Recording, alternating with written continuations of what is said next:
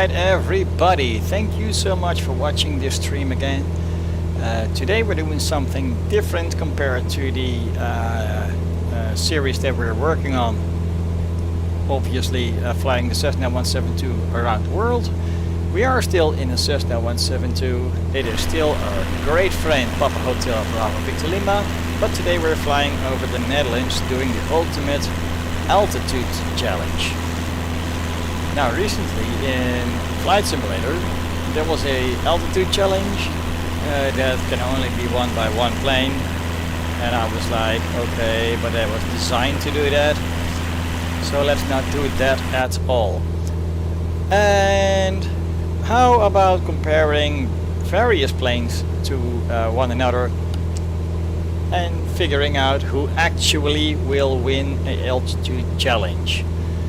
Like altitudes the aircraft are not designed for. So today we have the Cessna 172 G1000s, we have the DA62, the parent G58, the A320 Neo, the Citation Longitude, the A-18, the D77 Pelican, and obviously the Darkstar, because that thing will actually go stratospheric. So what we're doing today here is not just test how high we can all get them, but how much above their indicated ceiling they will go percentage wise. Now obviously for those that know me, I have already done a video about this, and that came out really poor in quality. So yeah, we're doing it again and live, because I can obviously film everything here and I can obviously re-edit everything here and re-upload a new video, but I have to work on the stream for tomorrow, of course, because tomorrow is a regular episode of flying around the world, and there is other stuff to be done, so I only have time to fly around the 8 aircraft and talk you through it. Now that being said, the Cessna 172, when you load it up, you can clearly see that it has a indicated ceiling of 14,000. And if we take a look here, I have set the altimeter way above that. So we're happily climbing, about to go past 5,000. So let's lean the mixture already, making sure that we can actually get close there and see what is going on.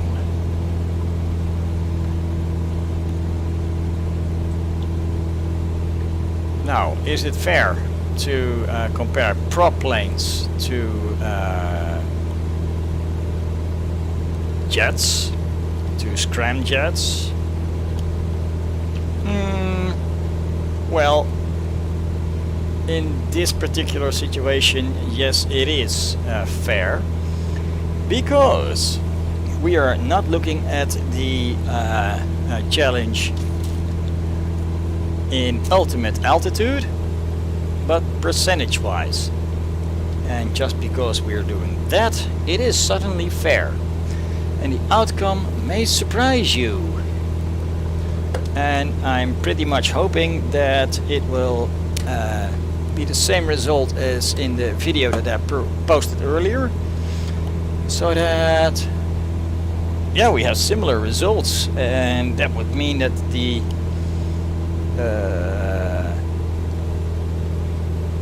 simulator itself is well programmed. Anyway, so right now we are still climbing, of course. If there is any questions, just put them below or in chat, it doesn't matter. This is what we're doing. Hoping to get a couple viewers, of course. And if you talk to me in live chat, I will always answer back.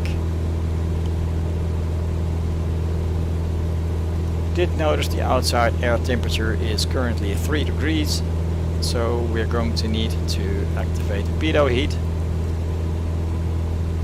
which is weird because I have live weather on and it is gorgeous weather out here. We may be flying over my own home.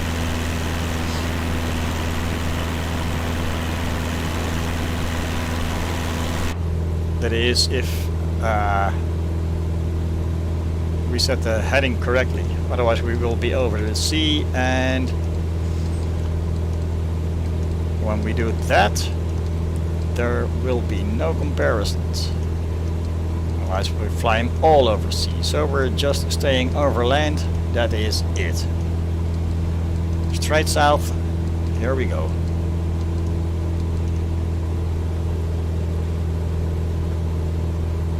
Hello.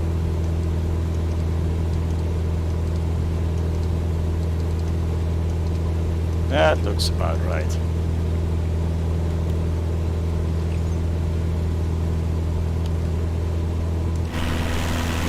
Airwolf. Didn't know he was here as well.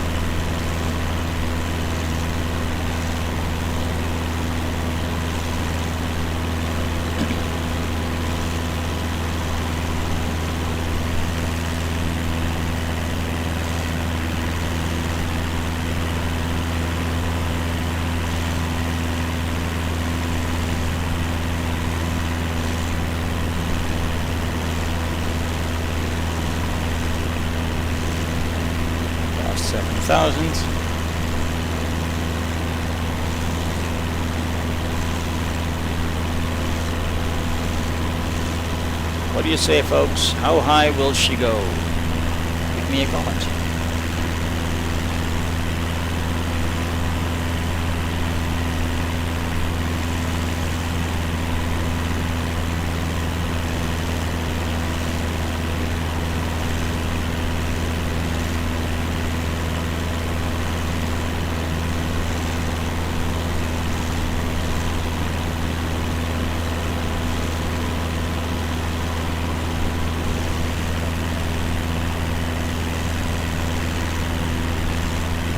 By the way, keep in mind that I normally start complaining about there being no oxygen in the Cessna 172, as we can all see.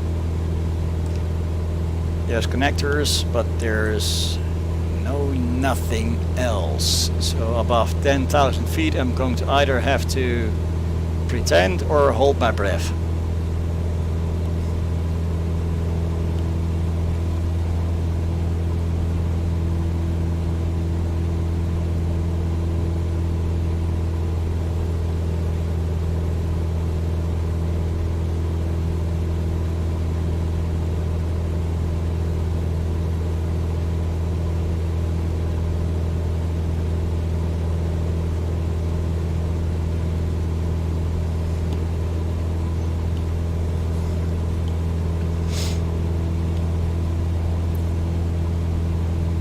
Climbing really fast anymore, are we?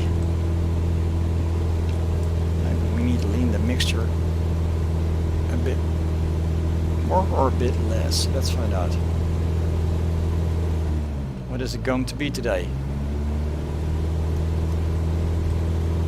Keep climbing, you little birdie.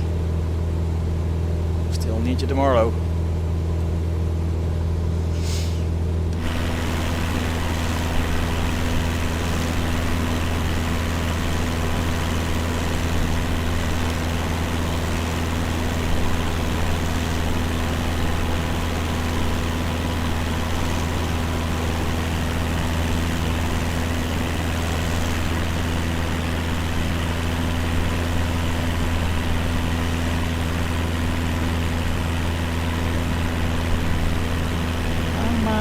It is crowded here today.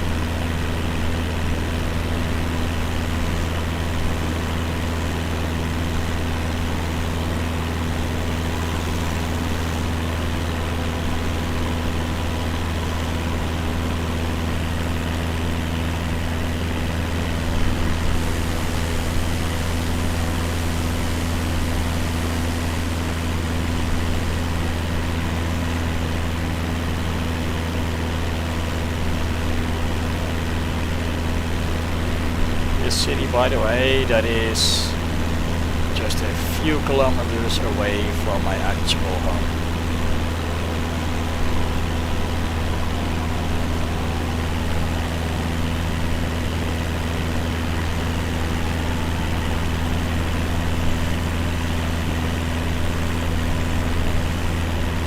Not that it's got anything to do with the challenge, but still.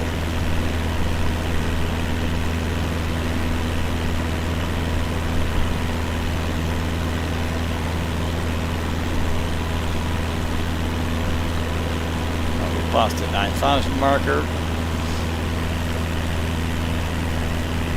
going up to 10, and then I will either have to pretend or I get to shut up. Now, knowing that,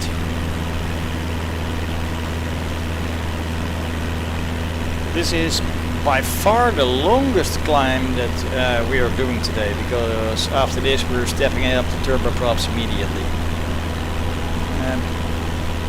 Property Abberman says, hallo aus Schweizerischer Eidgenossenschaft. No idea what it means exactly.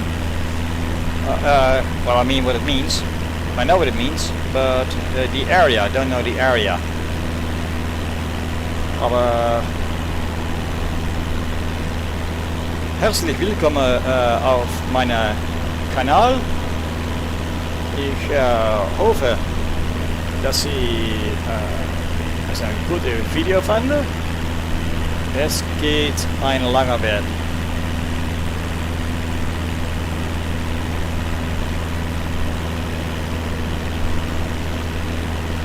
Aber ich habe auch immer gedacht, dass die Schweiz spricht nur Französisch.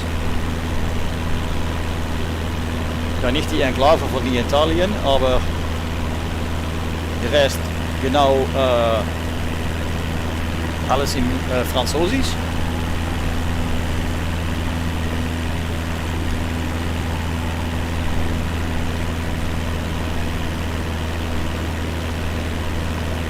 Swiss Confederation. Okay. Didn't know it was a confederation. I thought Switzerland was a republic, but okay. I'm not gonna fight you on that. And we passed the 10,000 marker, so it is about 4,000 feet to the indicated ceiling, the maximum that this aircraft can take. So let's go find out what is possible with this airplane.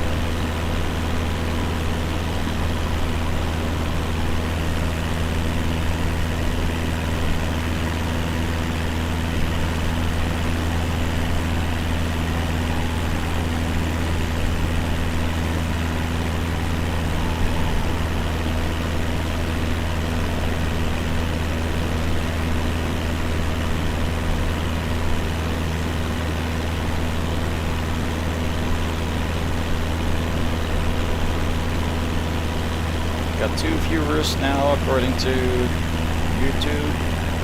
Not really bad for under 15 minutes of filming.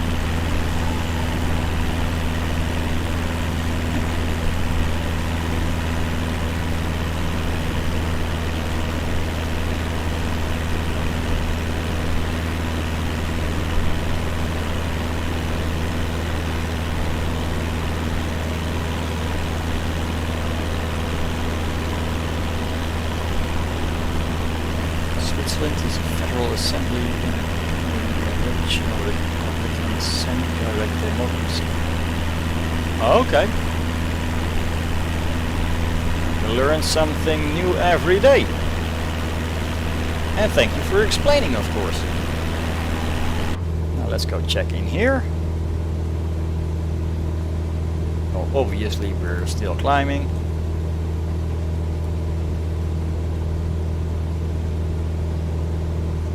Trying to climb 500 feet a minute. Oh, I doubt he's making that.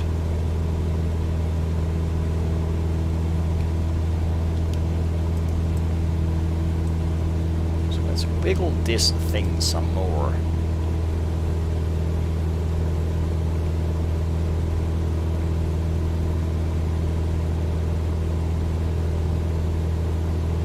is obviously the mixture knob.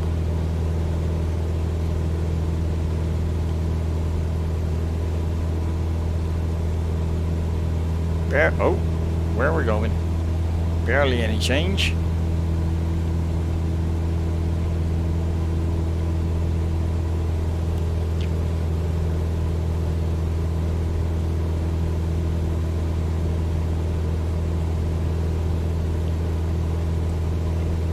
Oh, look there, here we go.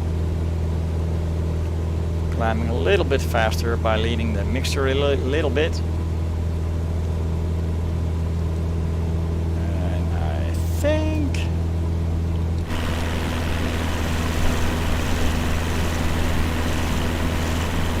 We're leaning backwards, alright. Let's try to get that in focus. The aircraft is really leaning back, trying to get up there as high as possible, because obviously I told it to go up to 20,000 feet, which it is never going to make.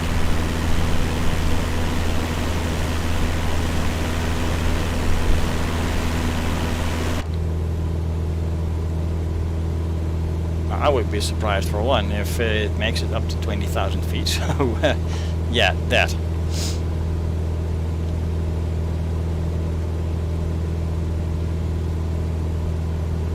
Oh, and looky up here, there's a A320, and we will be flying that later, because as soon as the Cessna 172 stops climbing, or stalls out, or tumbles down, or crashes, whatever, then we're going to the DA62, the Baron G58, the A320 Neo, the Citation Longitude, FA-18, the D77 Pelican and the Darkstar.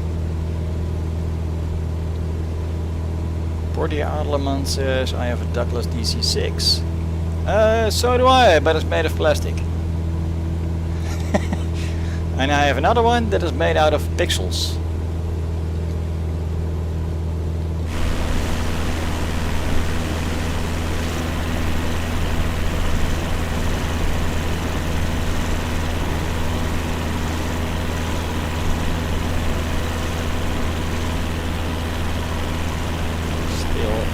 Rather busy in the air.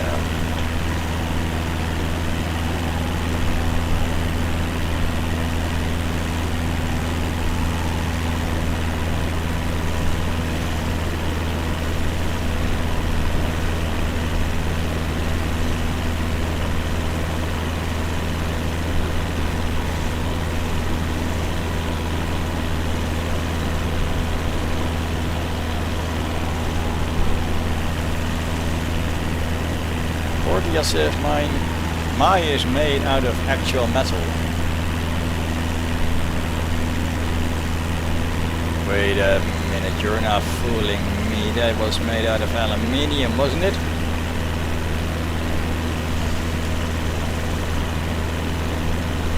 But if you have an actual one, oh, that would be a great heap of flying. Especially in the Swiss mountains, making the engines roar, causing avalanches, hearing back the echoing. Ha! That would be a lot of fun.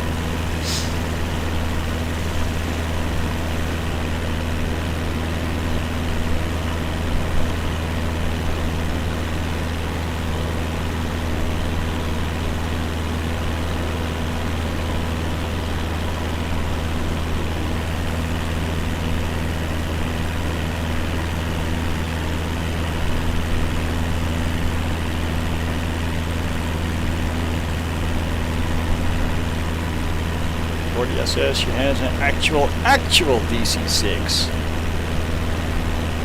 I would say come bring it over to Eelde so I can have a look at it, because that is an awesome aircraft.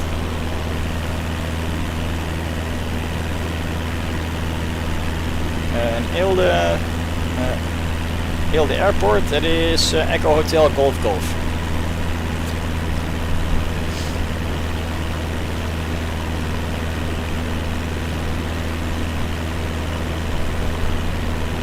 Still climbing, approaching 13,000. So if the manuals are correct, it should stop climbing at 14,000, which it won't.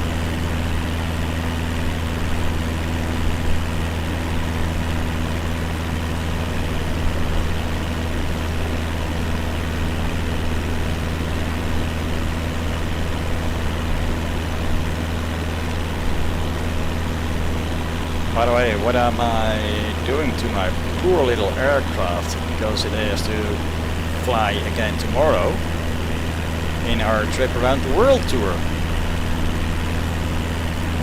And if you haven't heard about that yet, I suggest you look it up, because every Sunday at noon my time we are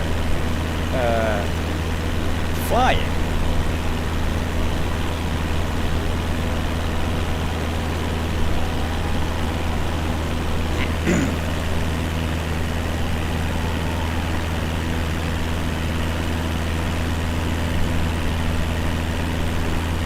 Says she's flying it from the Swiss coast to the deserts of northern Africa. Why would you fly it there?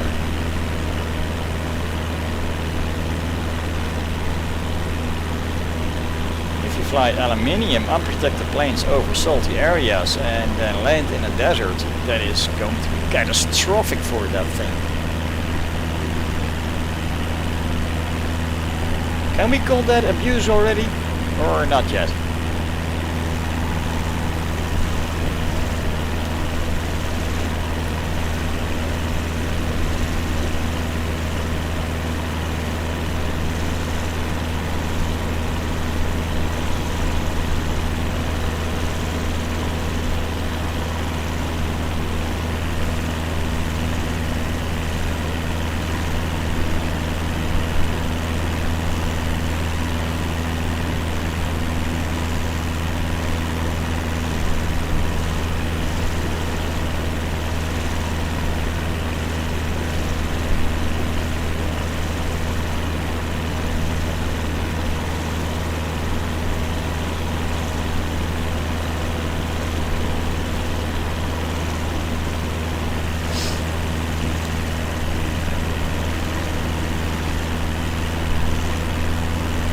Here we go. A little bit of rocking of the wings. Was that a stream of air? Was that trouble? What was it?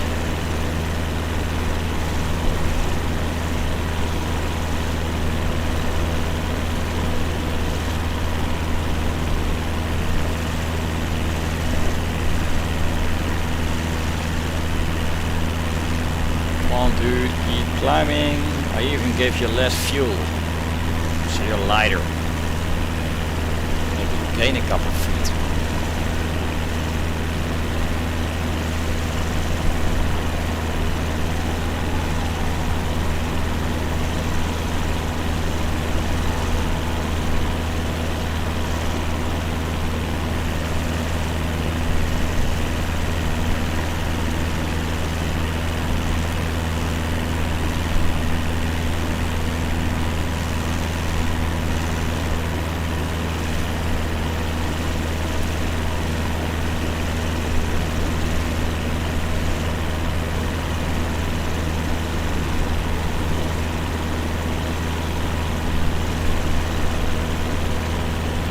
Just says my DC6 has been painted so it does expose the actual metallic looking aluminium skin, and I fly there because I use it to deliver cargo.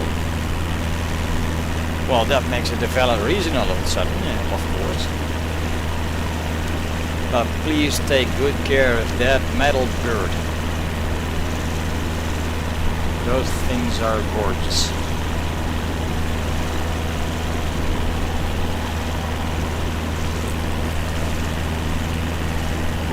Now, as we are approaching 14,000, the theoretical ceiling of the Cessna 172, and knowing that this is a live session and things can always intervene. I will be silent for a few minutes and I will be right back.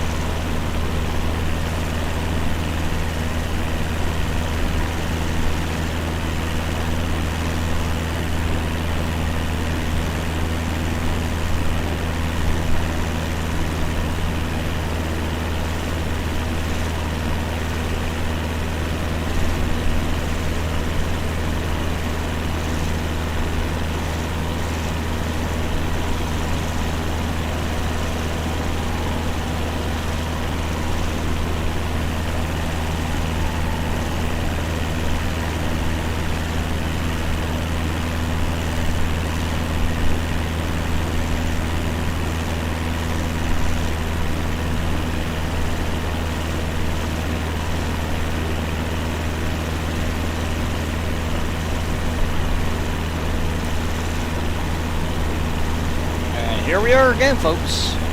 Still climbing, not really fast. So let's see if we can tweak the mixture a little bit again.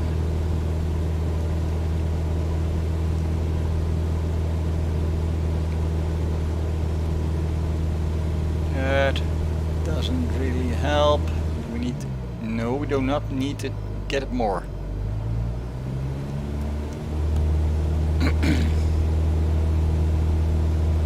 Keep climbing, birdie.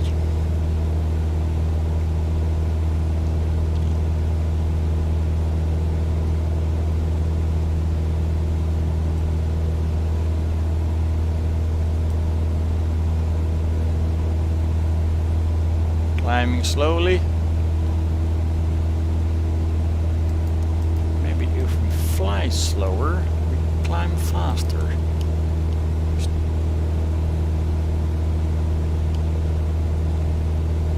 That's the secret.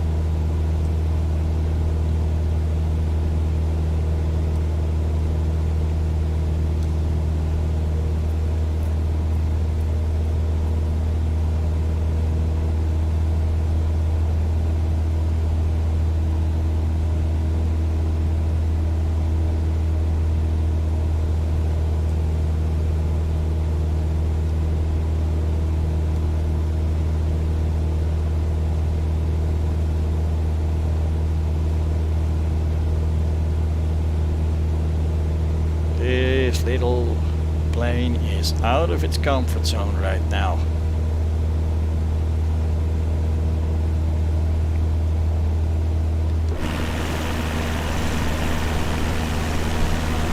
Portia says later this night I will be flying non-stop from Zurich to Tampa. I mean Tampa, Florida? That's not possible in a non-stop flight with a DC-6.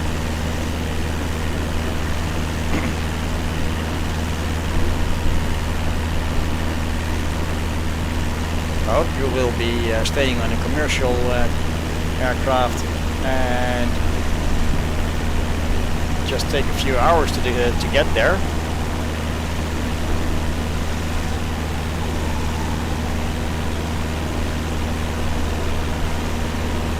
Here goes the rocking of the wings, indicating that we may have touched the actual ceiling of what the aircraft is willing to do for us. But we're still climbing a little bit. In the Tampa, Florida. Then I hope that you are using a commercial aircraft. Look at those wings rocking. Not sure how visible it is for you guys, but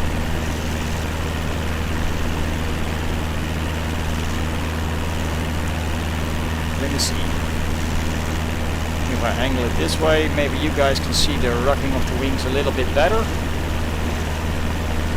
Tell me if that's true or false.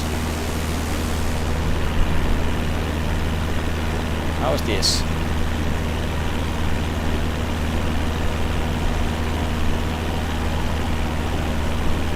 We are past 150,000. We are past 15,000.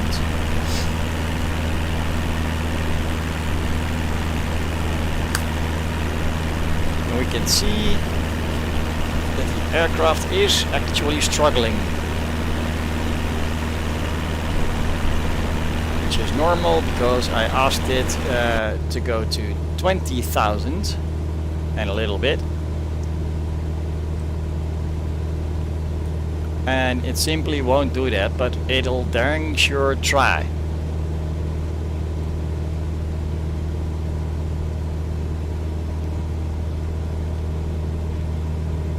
If anything is sure about the Cessna 172, very forgiving plane, and it will try to do what you want.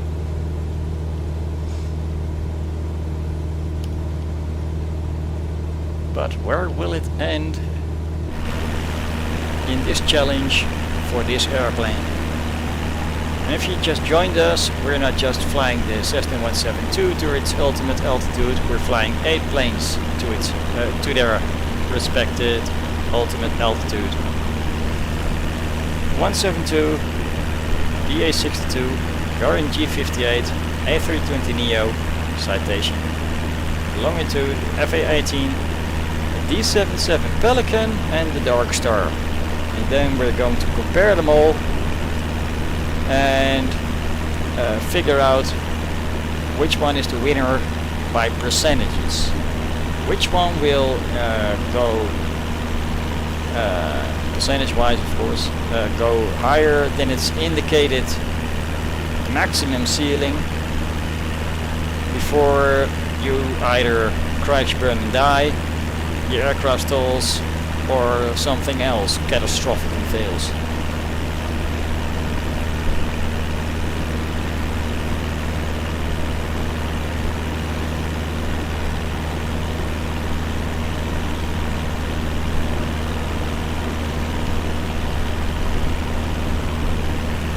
Still climbing, although it be slow.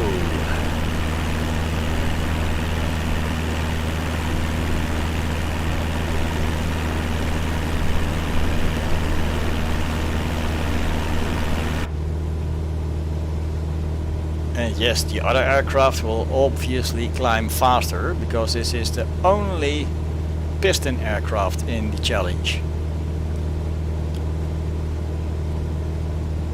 The other ones, turboprops, jets, scram jets, and fictional propulsion, they will climb a lot faster.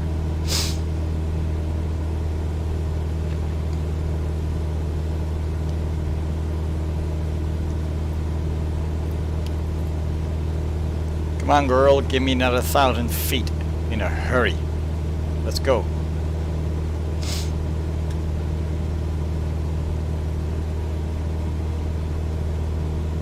Let's try to tweak the mixture again a little bit, see what happens.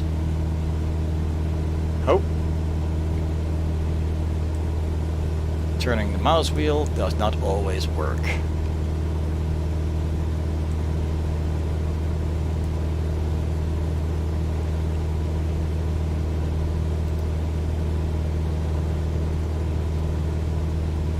Far, too much.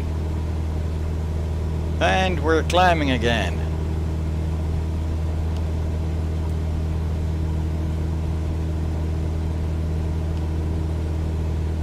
Portia says, oh, I meant to say that I will be to Tampa from Zurich via Boston, since I will be delivering 6 wooden cargo crates containing paintings and other items. You have to escort them? Yeah.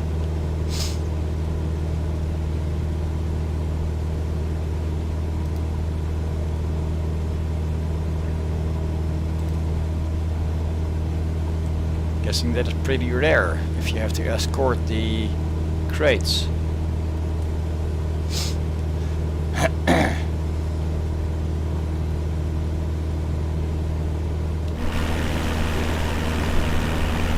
Anyway, still climbing. Still slow. And yes, I promise you guys that the next ones will be a lot quicker.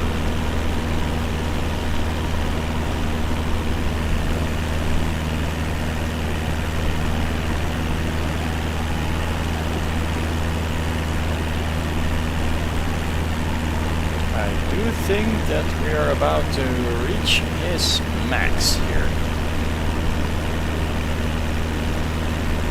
What do you guys think?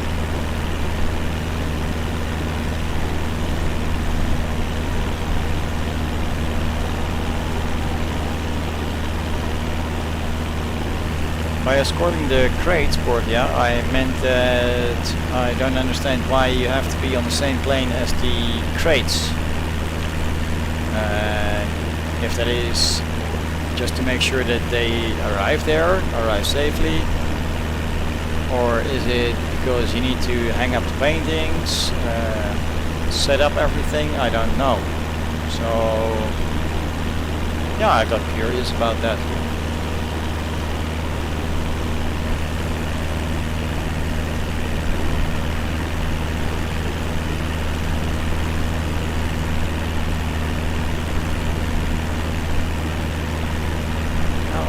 Step by little step, we are approaching 16,000, which is 2,000 above the ceiling of this aircraft. That is pretty okay.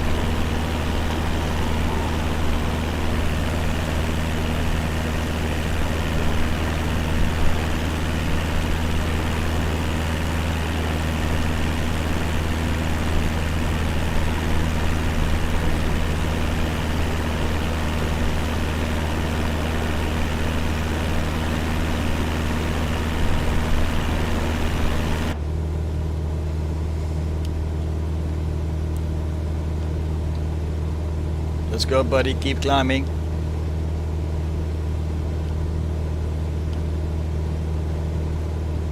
For those that don't know, the Cessna 172 is my all-time favorite aircraft, and in my Sunday episodes I'm taking it around the world, which is a gorgeous journey, by the way. Gorgeous, absolutely. So I am kind of rooting for this aircraft to keep climbing just a tad more, so that maybe percentage wise this one will win, but there is only one way to find out, and that is to test every aircraft available in this challenge. and there are 8 of them.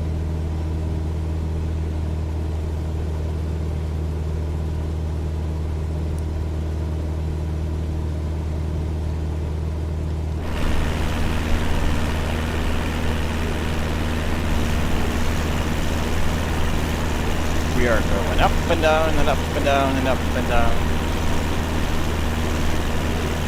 Keep climbing, puppy. Don't stall. No funny business.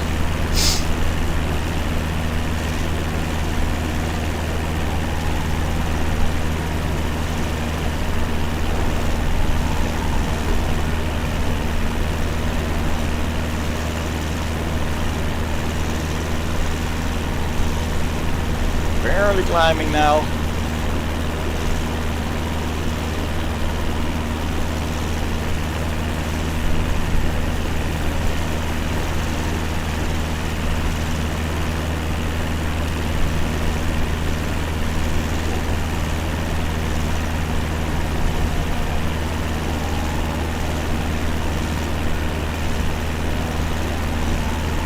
So well are going owner of the D66, I use the contract from my cousin's spare freight company to cargo and freights because it's easier for me to distribute weight in the plane. Well, that sounds perfectly logical.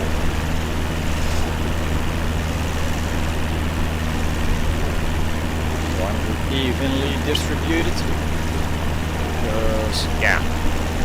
Obviously, if you put everything in tail section, it's going to crash.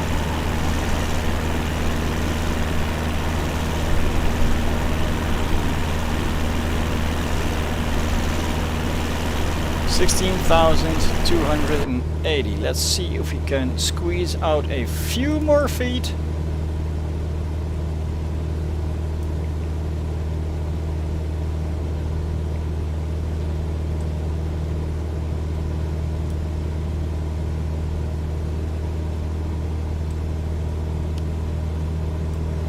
Climbing.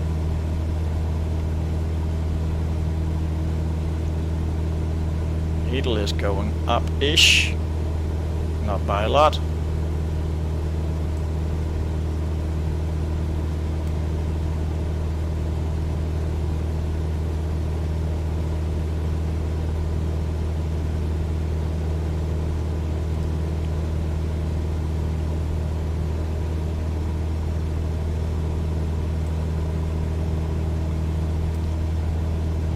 Here we go, climbing again.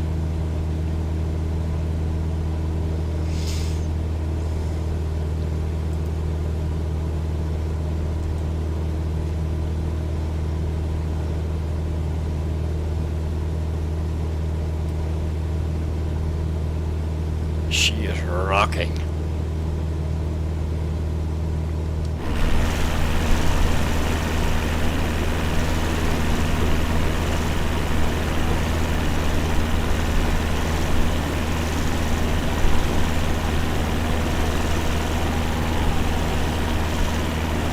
$16,400. I think that is about the max that we can squeeze out of this little puppy. It's not doing a whole lot anymore.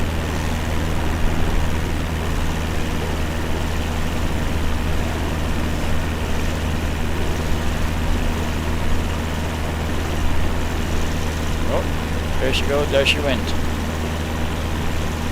So let's round it up at 16,400, and then we are moving on to the next aircraft, the DA62. Plunk. Main menu. Let's fire up the same route with... Oh, come on, I just clicked it. Alright, there we go. Same area, same airport, same runway, same everything, but with a different airplane.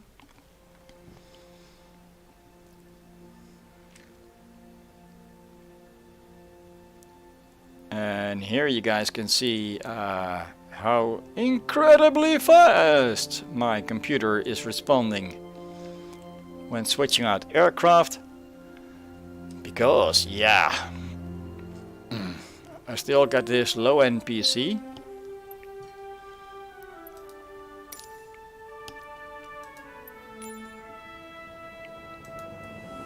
Hilde, runway 5. Let's go get the DA62.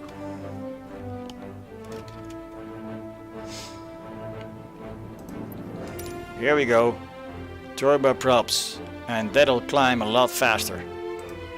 Convinced of that. Live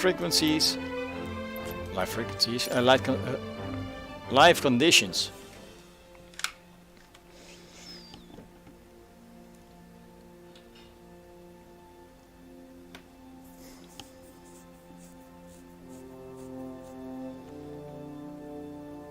And then Portia says, Pleasure Cousin told her she will also have a small amount of passengers. Well, that is always a good thing, because they obviously get to pay for the gas.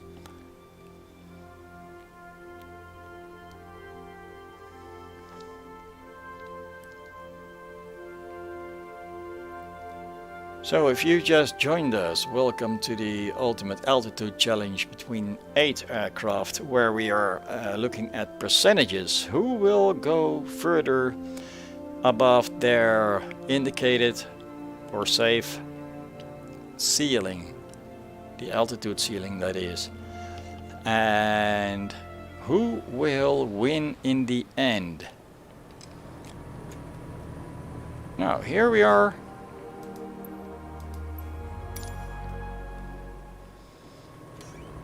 Brakes off,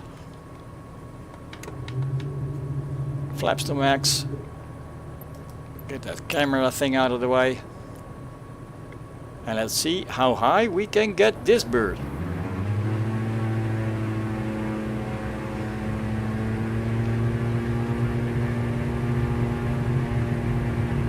That sure is a different view, isn't it?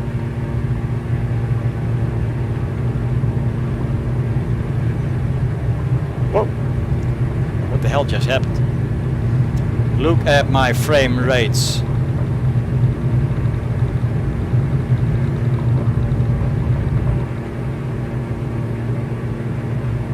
And we are airborne. Gear up.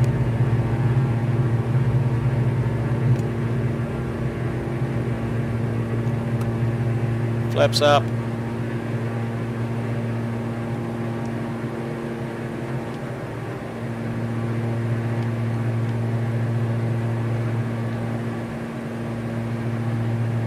And as we are in the north of the Netherlands, let's start our turn south rather quickly. Otherwise we will be over the North Sea, and yeah, you cannot really compare aircraft in various conditions. They all have to be the same. So we're turning south.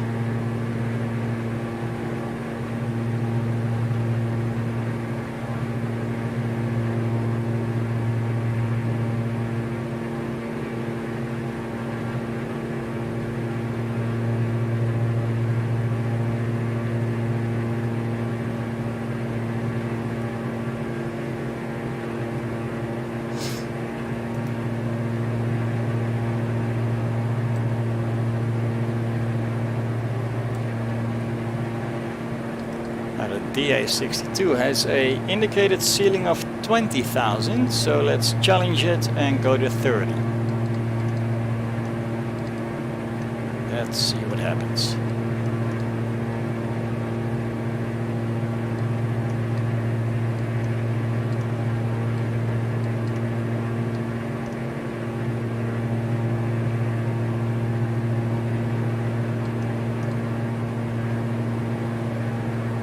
Ish, that is.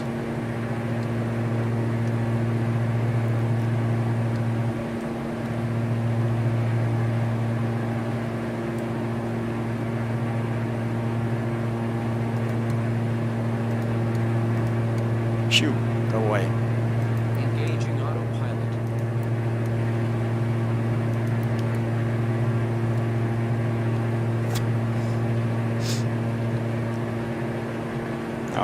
as with the Cessna 172, I've engaged Autopilot.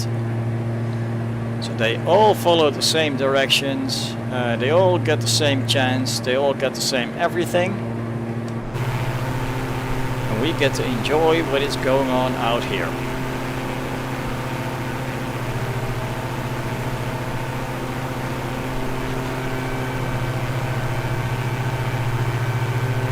What the hell? Yeah, we don't need the gear yet.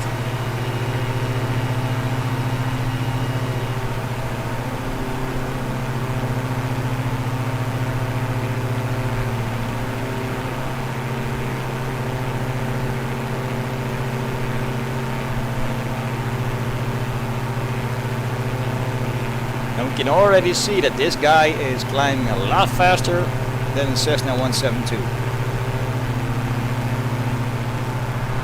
Funny thing is, it's got the same tail number.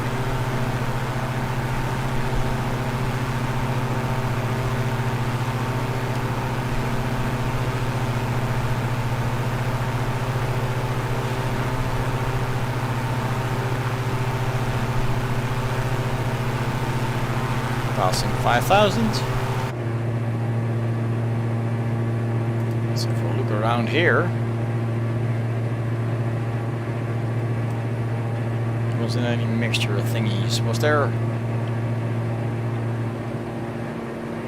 No, that's parking. So this one is auto-regulated.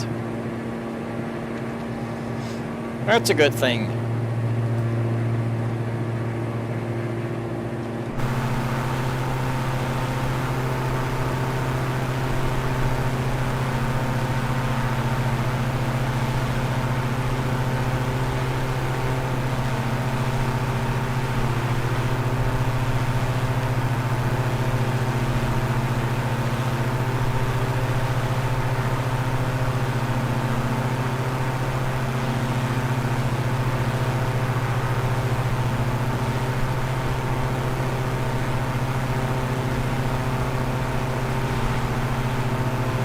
Where the last aircraft, the Cessna 172, took it about 10 minutes to get to 7,000. We are already there, passing it now.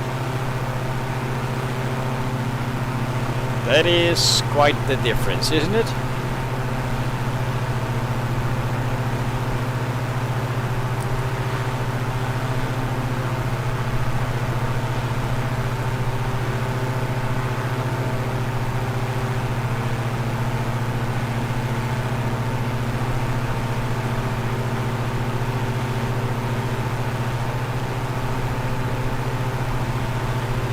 Ceiling of 20,000. Let's go find out how much she will do.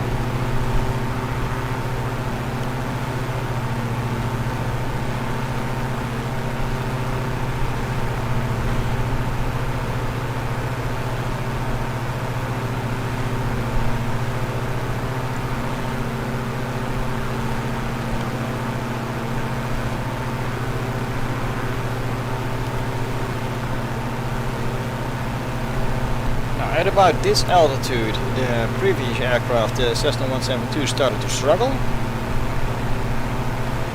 and it became a really slow climb, as in agonizingly slow.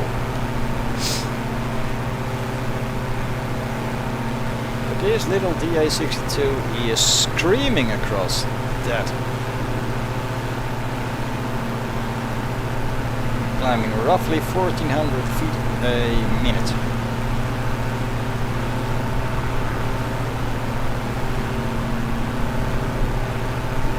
This is not an aircraft to go low and slow, that's for sure.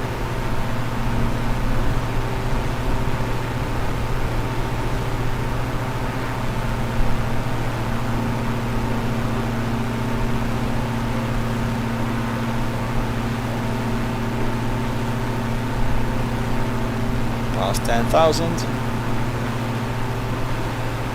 So we're over halfway its indicated ceiling.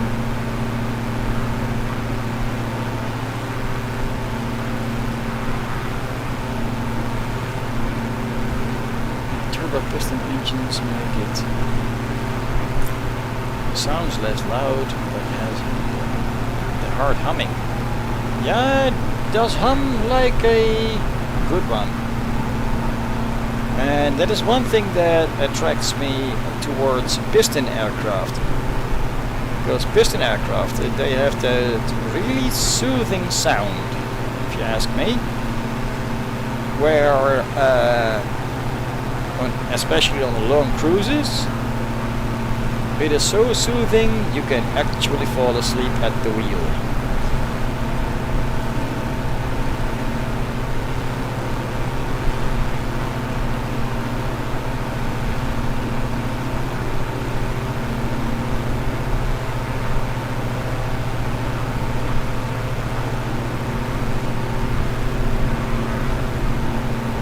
DA62 approaching 12,000 and has shown no signs of wanting to give up in this climb, and it really wants to work for you, which is a good thing.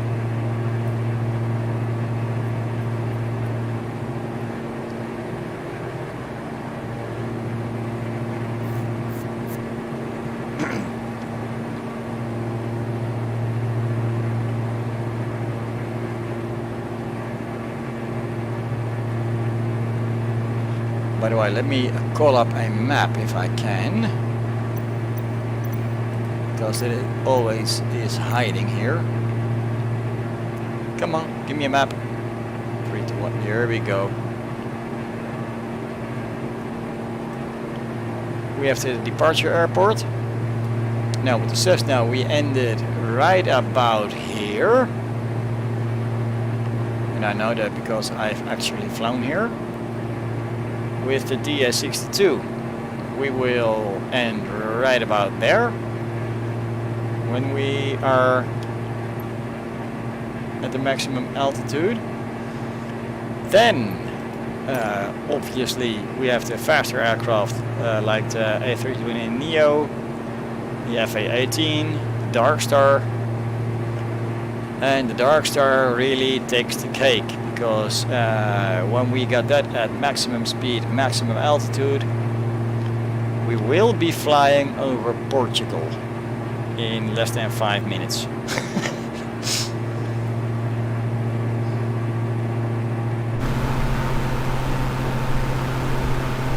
Screaming past 14,000 feet. Still no signs of wanting to give up.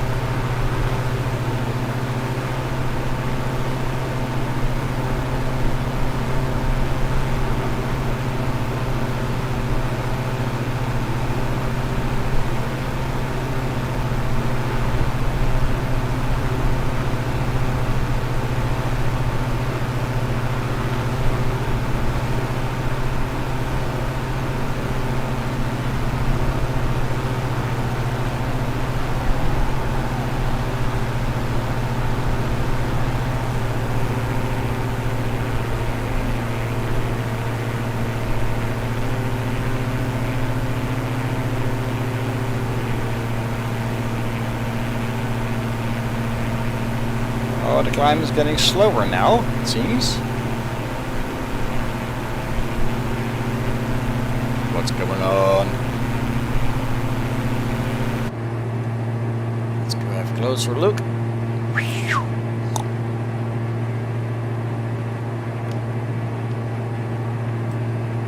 It used to climb 1400 feet a minute. Now it's twirling between 800 and 700.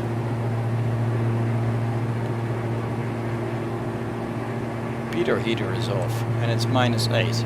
That could be the big difference. Where the heck is that thing right here? Hello, Pitot heater.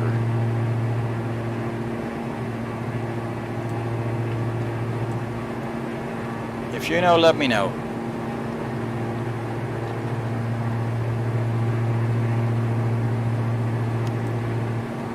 Pitot heat, there we go.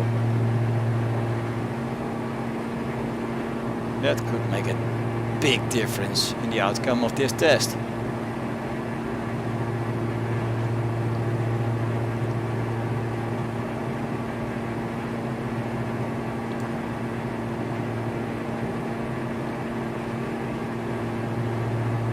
Portia says, a month under my first contract with my cousin, the DC6 received a section wall and lockable door because it allows the plane to fly to the USA. Okay, but how do you resort fuel? Because no DC6 that I have ever met has ever been able to get even close to the USA on its original fuel tanks. And we have passed 16,000.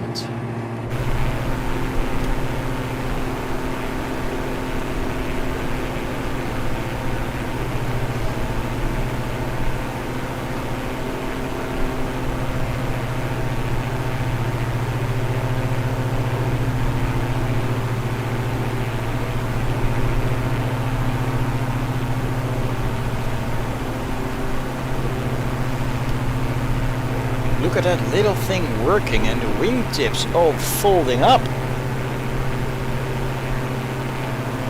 You guys see that?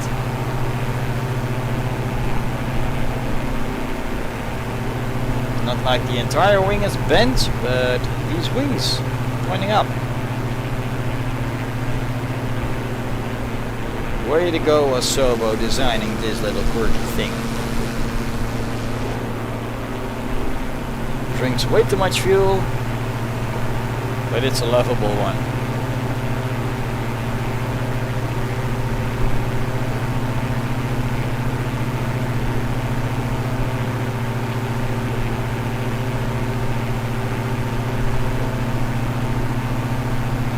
Focus says my cousin has a maintenance crew install external fuel tanks. Yeah.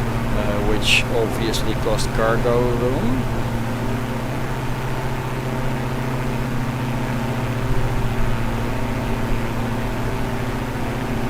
I'm not sure, because installing extra fuel tanks or even bladders, as soon as you put them on the aircraft, you're not just making it heavier, you're also making sure you can carry less cargo. And how can you make a profit when you start transporting then?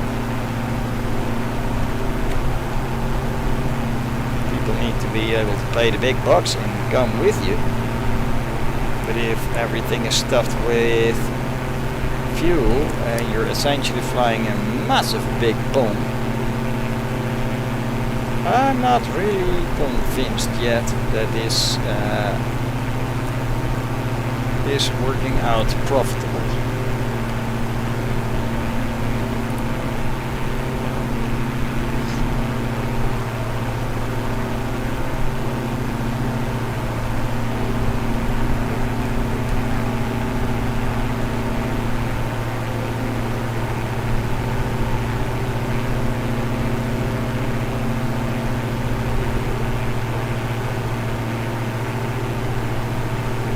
Past 17,000.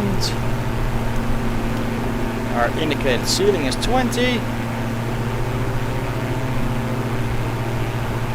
Climb has started to slow down. Let's go and see.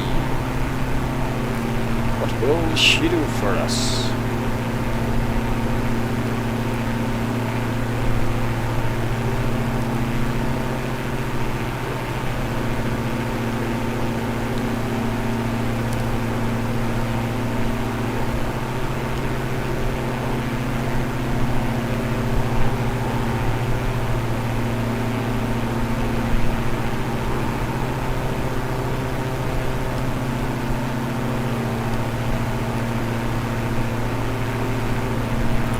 This again is turning out to be a rather slow climb.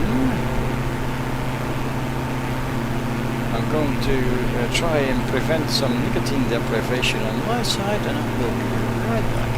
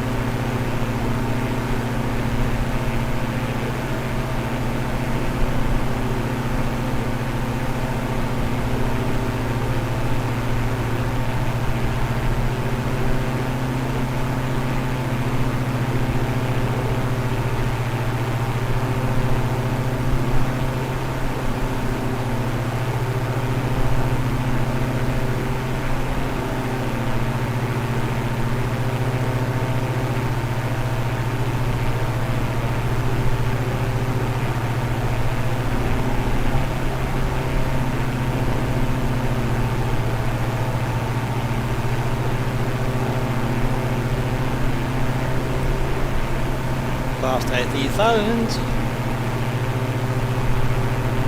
Our ceiling should be at 20.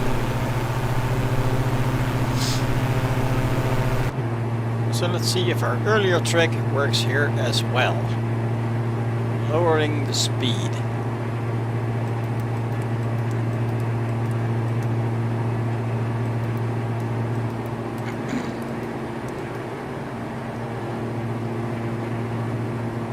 And we're climbing again.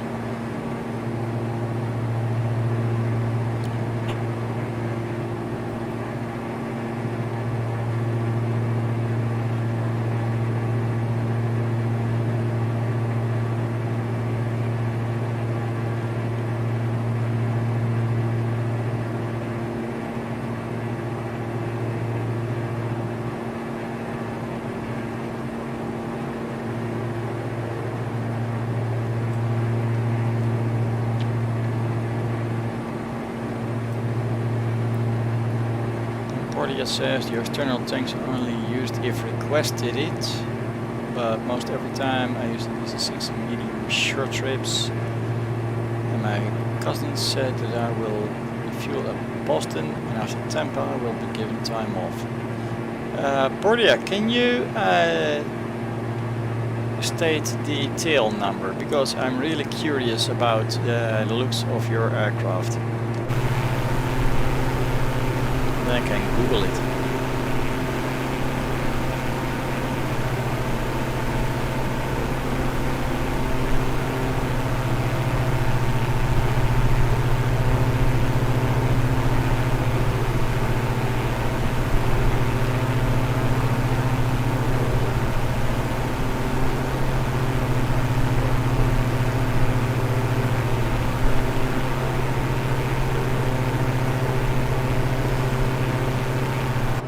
Still climbing at a low speed. Let's see what we can do.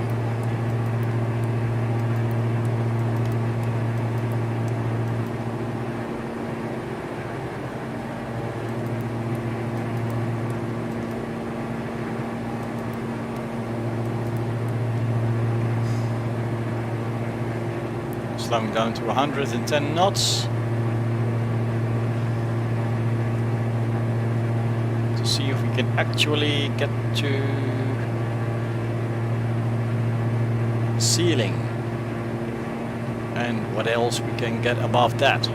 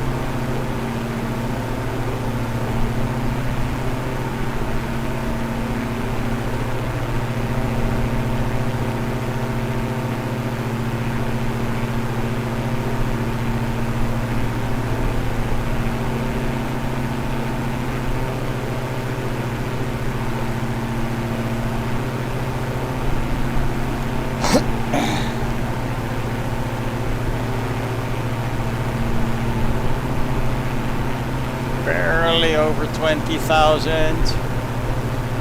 Still trying.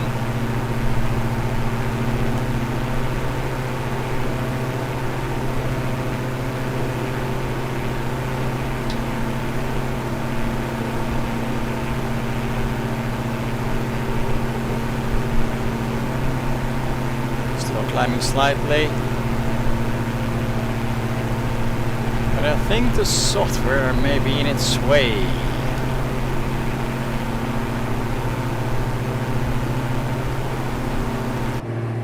Let's slow down a little bit more and see what is happening then.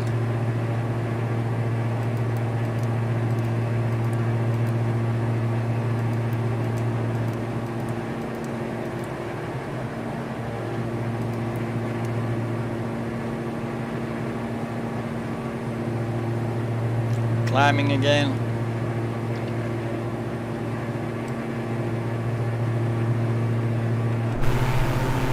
I'm giving this bird every chance it's got.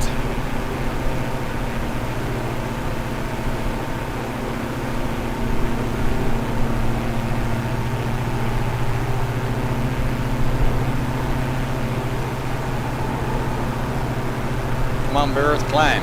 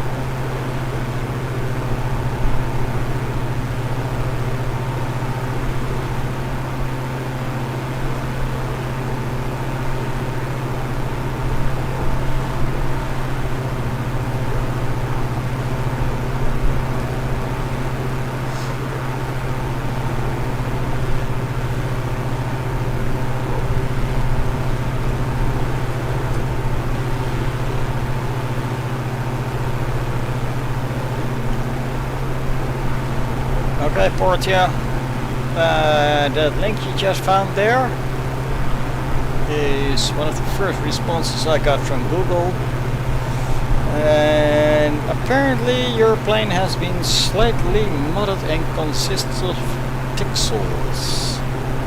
Sorry.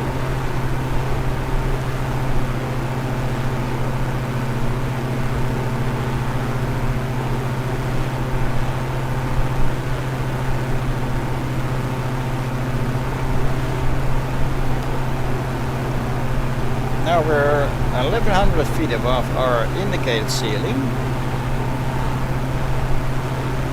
and still going up, step by step by step by step.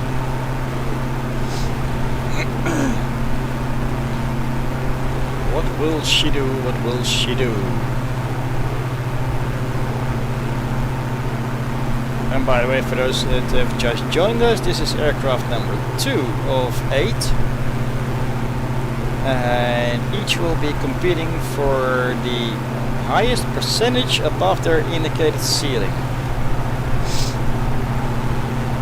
Which basically means piston aircraft, turboprops, jets, scramjet.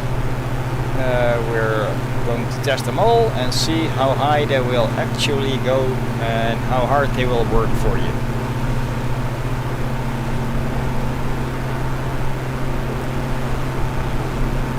But I think we are slowly approaching the maximum of what this little DA62 will do for us.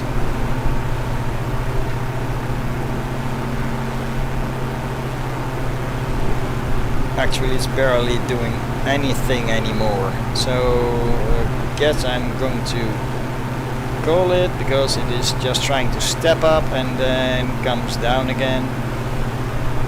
So 21,400 for this one.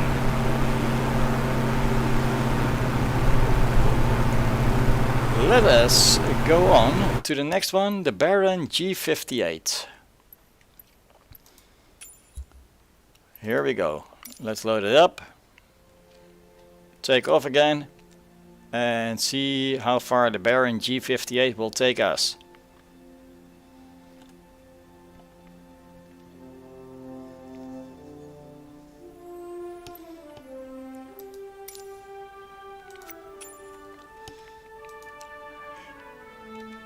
G58. Here we go. And we're going to go from Ilde, runway number 5 again. Let's fly. Assuming, of course, it'll load in a decent amount of time. You never know with this computer. It is still a low-end machine.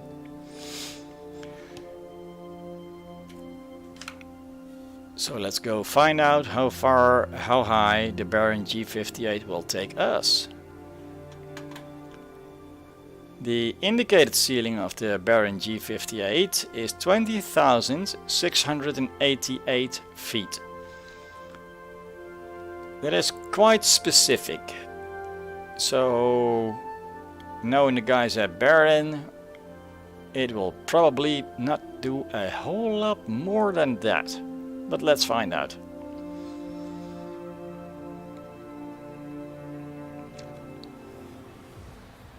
Well, that went fast. Yes, we're ready.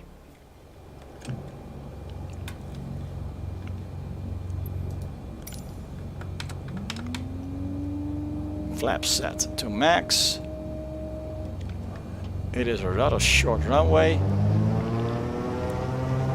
Let's make this puppy hum and get out of here.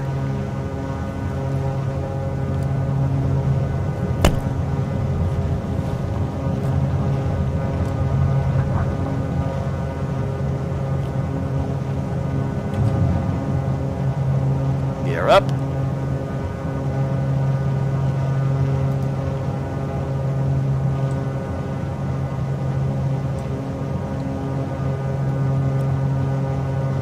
By the way, let's set the altitude, why don't we?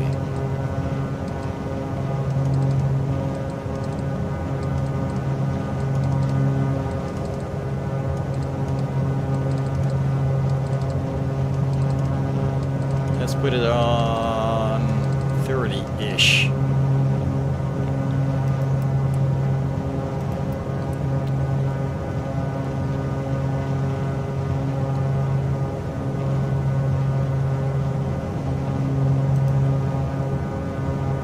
Heading right, we need to go south for this to be fair.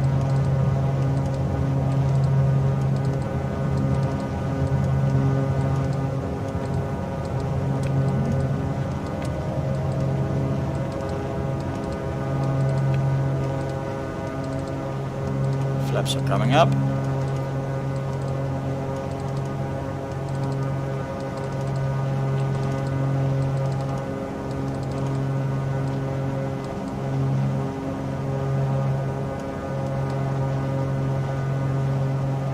Here we go, dead south. Not the bend, the direction.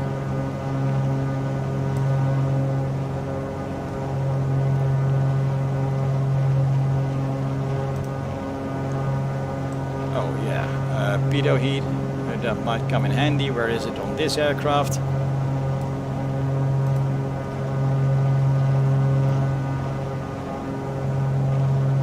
And Bill Fallin says hi bro. So I say hi bro, how are you doing today, sir? So pitot heat is on. No need to worry about that anymore. Number 3 of 8. The aircraft we are testing today. Now this Baron G58, as mentioned earlier, has a ceiling of 20,688 feet. So let's see how fast we can get there. We're obviously climbing a lot faster than the Cessna 172 that we had as first airplane. And also a lot faster than the DA62 that we had before this one.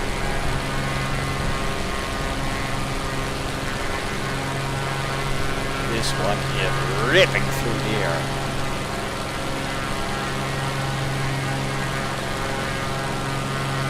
Bill Collins wants to know how to fly a plane. Well, in the Cessna 172, I have a lot of simulated hours there, and I have taken actual lessons on how to actually fly it. So I sort of, kind of got it figured out.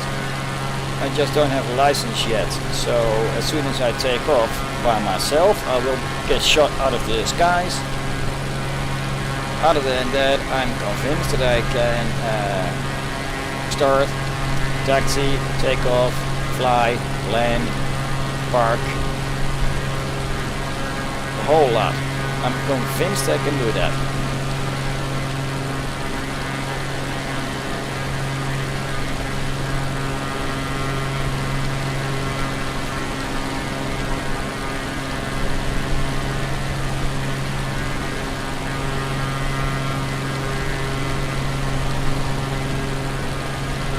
We are already approaching 10,000 feet.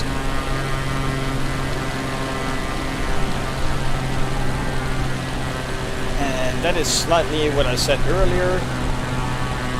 Back home when we were in the Cessna 172. What's going on? Plane's leveling off. Something's up.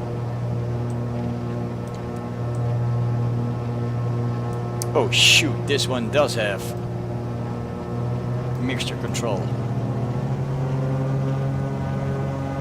Yay, we got to do this manually. Or do we? Yeah, we do. The buttons don't work.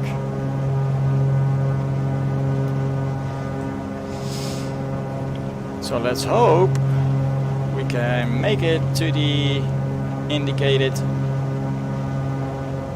altitude. What was that again? 20,688.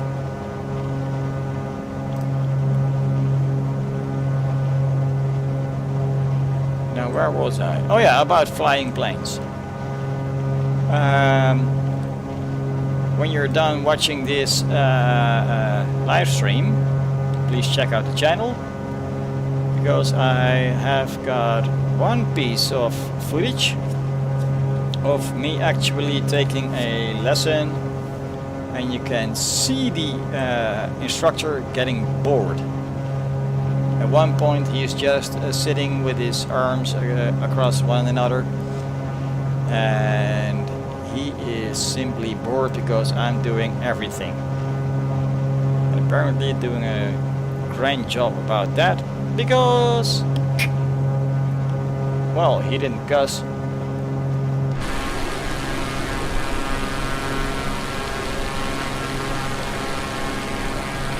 Way past 12,000 feet now.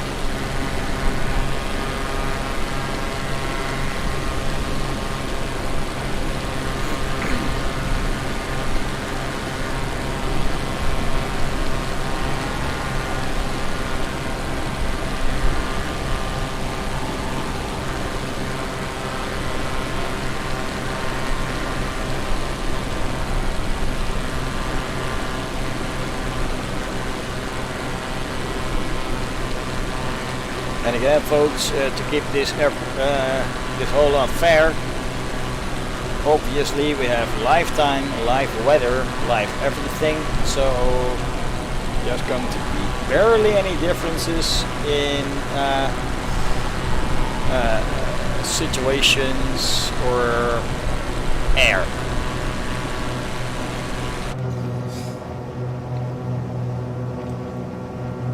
This bloody thing is again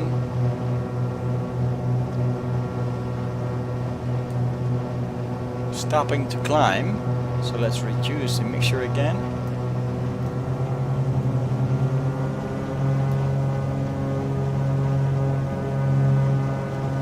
And there we go.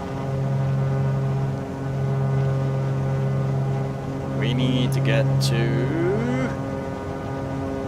20,688 ASAP.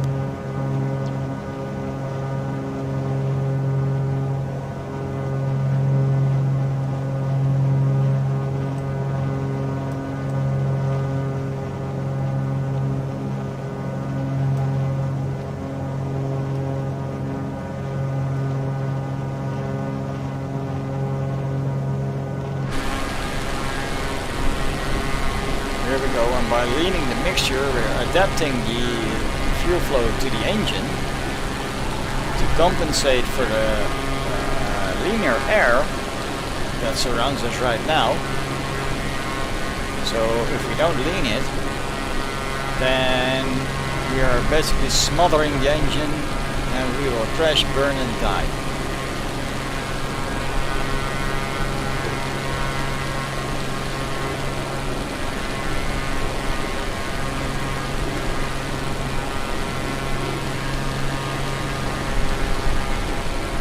Way to go, Bear and G58 on this climb already.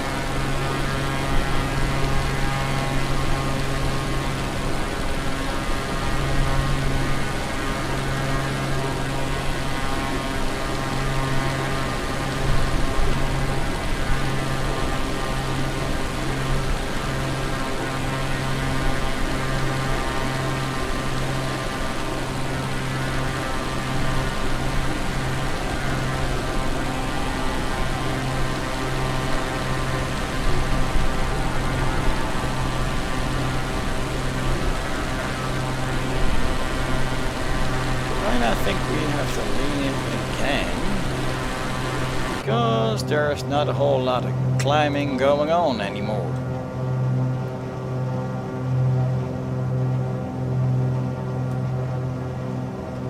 See, 300 feet a minute.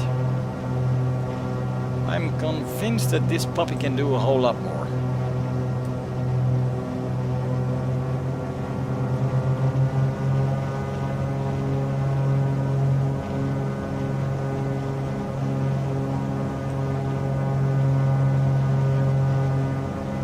That's more like it, 1700 feet a minute.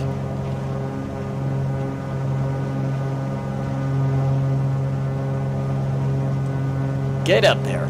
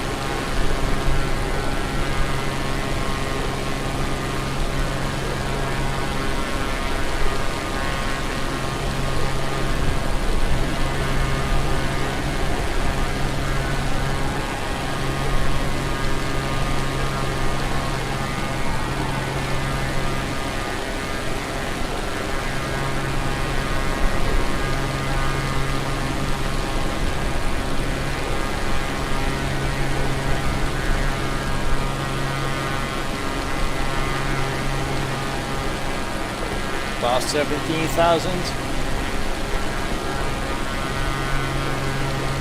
How far are we going to go today?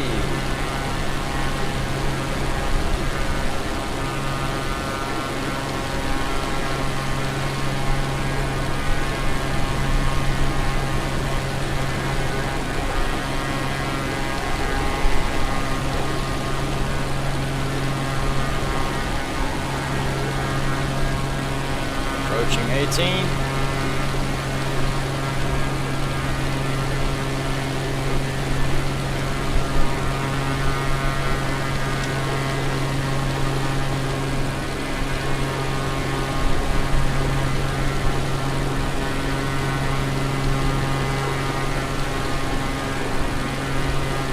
Now past 18.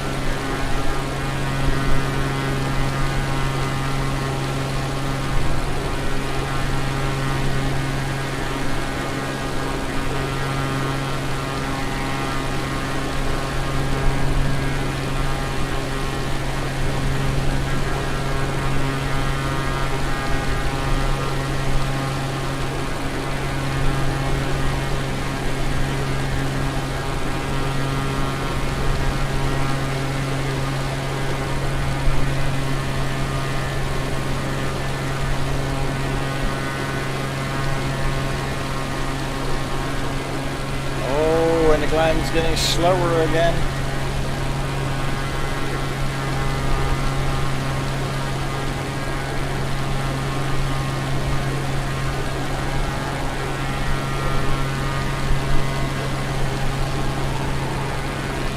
Come on, you.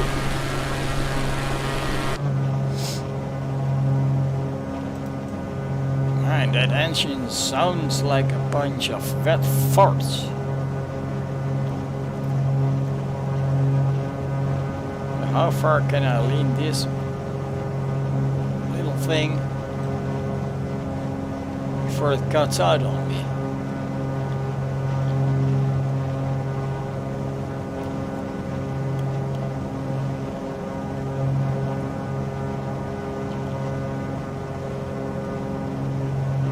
Here we go, climbing nicely again.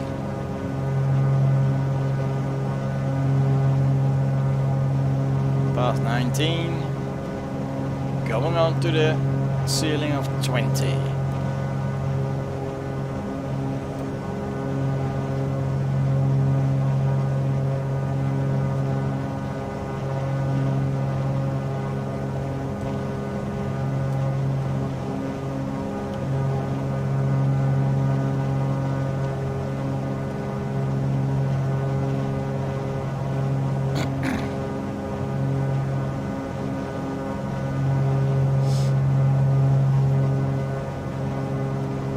Not sure if you guys can read it on your screens, but to the left here there's an A-20N and the player name is Crude Microbe. Yeah. There's not a whole lot of microbish to be said about a A-20N.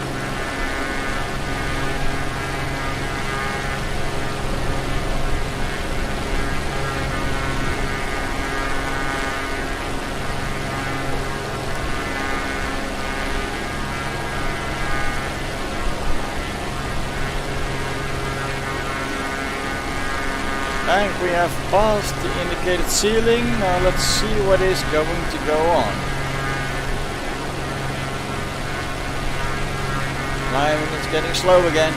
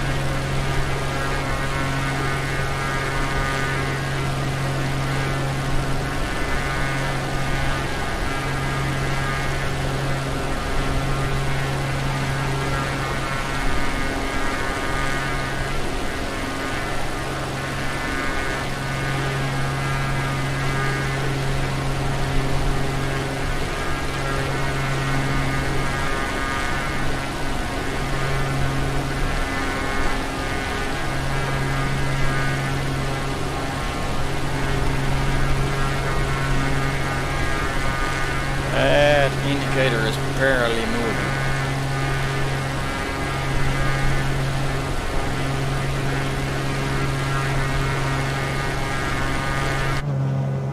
Let's see if we can do anything about that.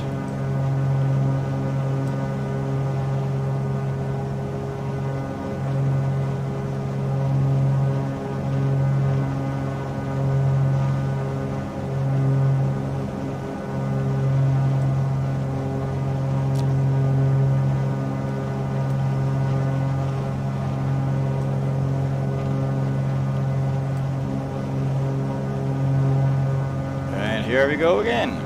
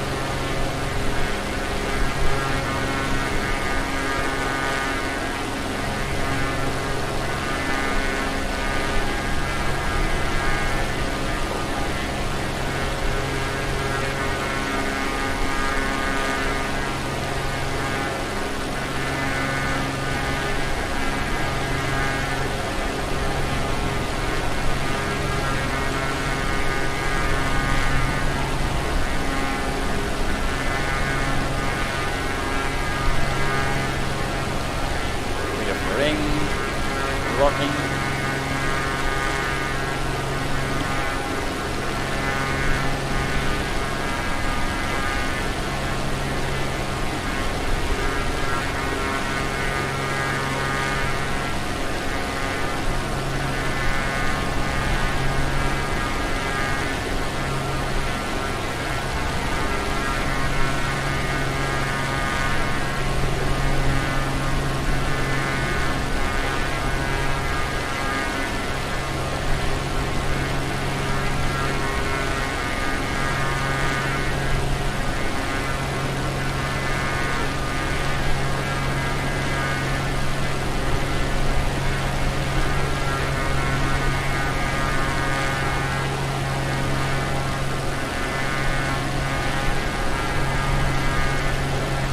$23,000 well surpassed.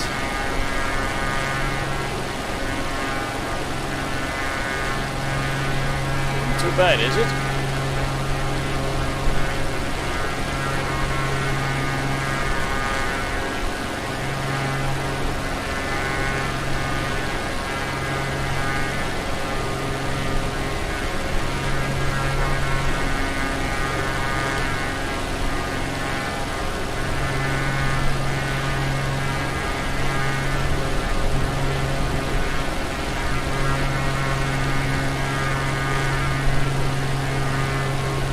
Climbing slower and slower, and I really do not want to leave that engine anymore because I think it'll stall on me.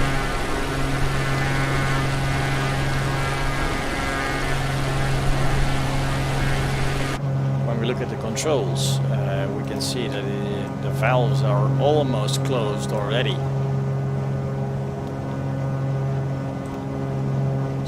I don't really want to do that.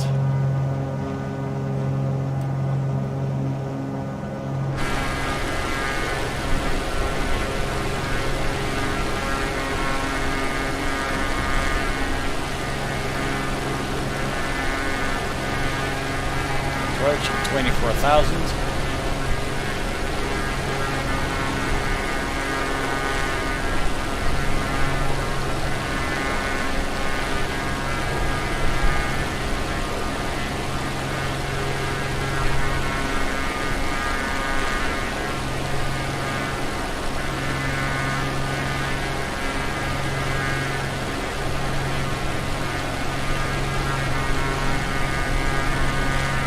Barely climbing still.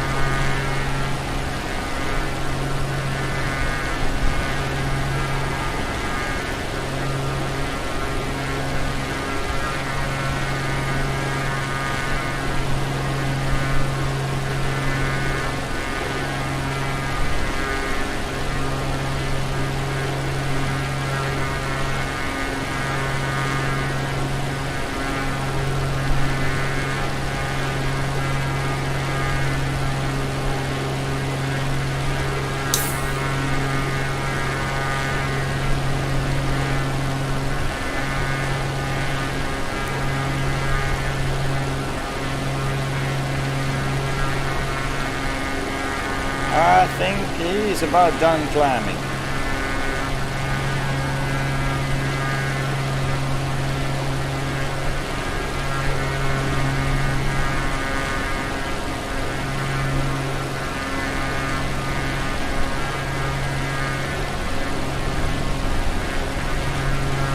Still going-ish.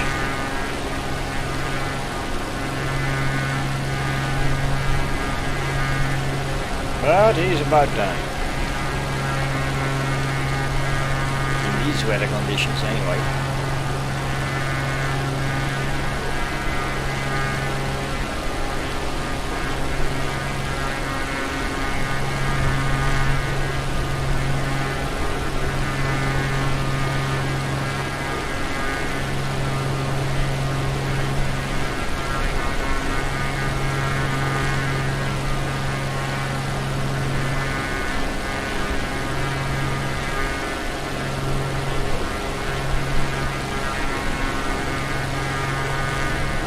That is barely moving. So I'm going to round that up at 24,600. You guys go with that?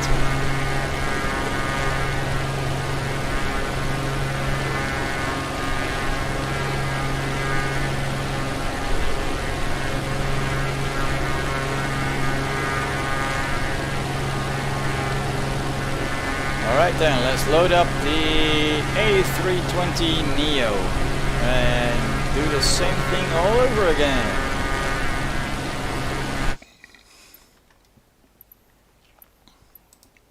Mains. Here we go.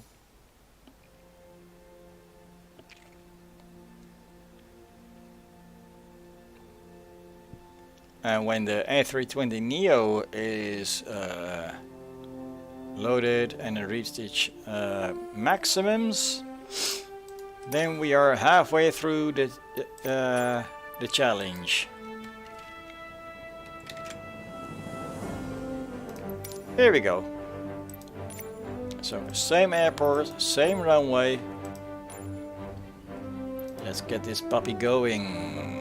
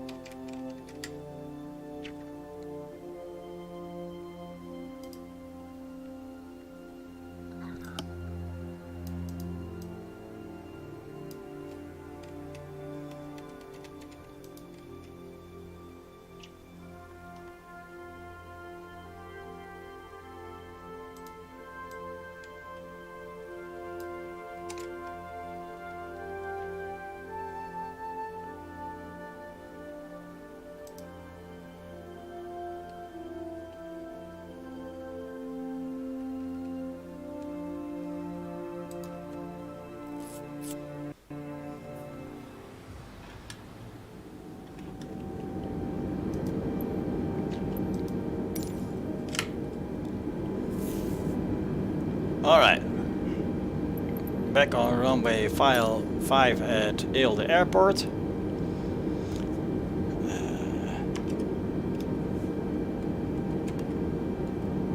Parking brake is off, flaps set to max. And I hope I'm going to get this right. Let's check that before. Altitude 5,000. Well, I think it can go a little bit higher. The ceiling is 39,800. So where shall we put it? Let's say 50. It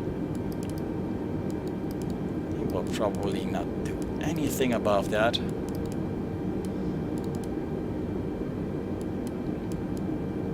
Oh, the dial won't go above 49. That's new. Trouble is, I didn't put in a flight plan, and I have no idea where the heading bug is hiding on this thing, so we're going to try to keep it pointed south manually. Alright, let's let the engine spool up.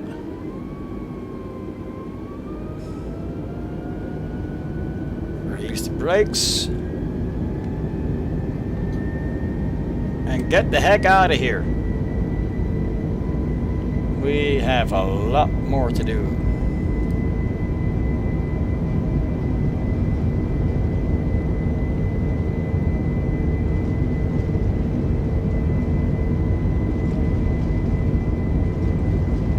Oh shit. This is a short runway for such a heavy bird. And it is uneven as well. Are we airborne? We are airborne.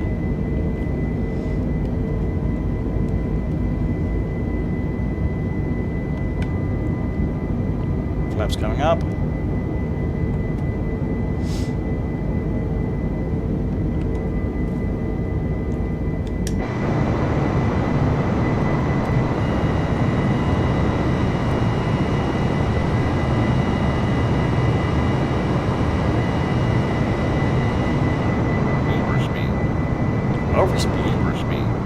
Overspeed? Overspeed. Ah, shut up.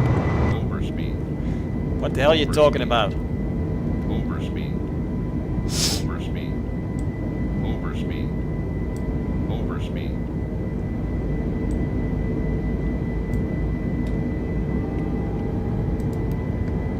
What was that sound?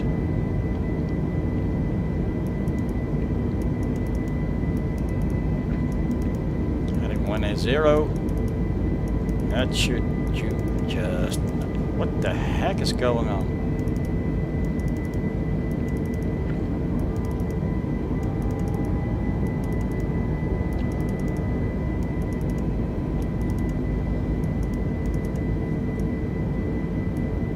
There we go. Heading 180, same as everybody else in this challenge.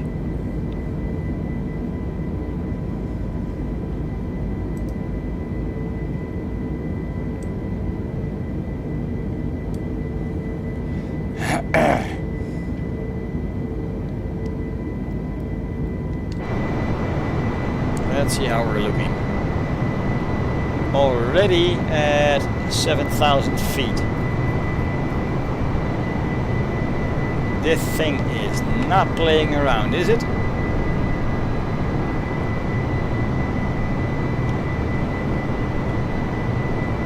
And our ceiling should, by manufacturing details, be 39,800.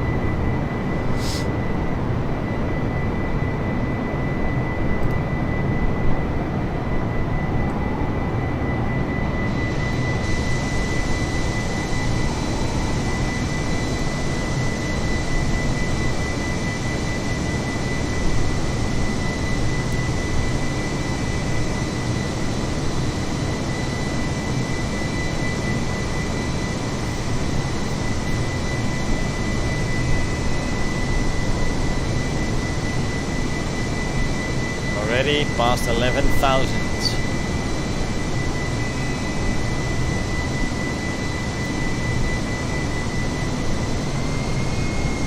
Whoa, whoa, whoa, whoa, whoa, whoa, whoa. Who touched that throttle? Because it was me. This aircraft does not like it when you do that and starts complaining verbally.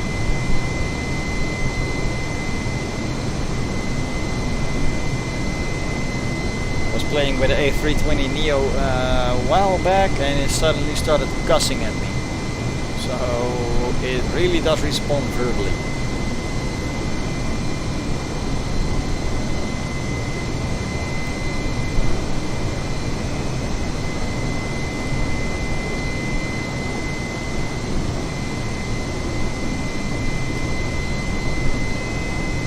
Approaching 15,000.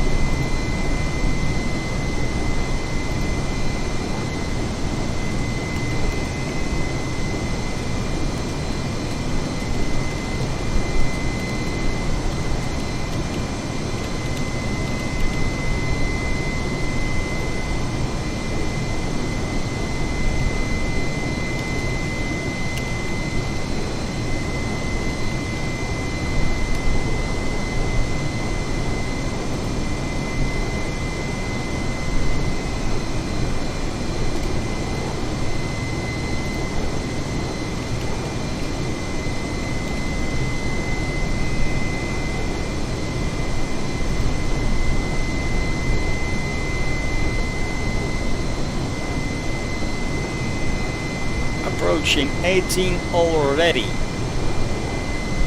And mind you, 39,800 is our ceiling. Compared to the Cessna 172, this thing is climbing like there is no gravity and no air resistance.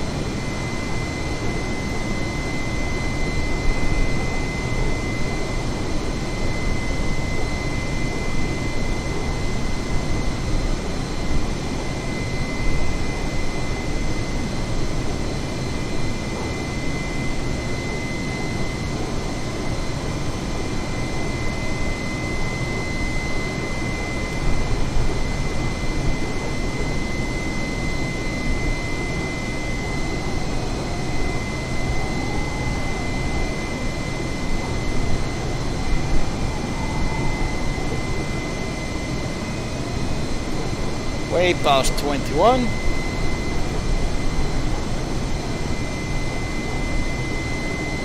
So we're approaching the high score of the Baron G58 right now.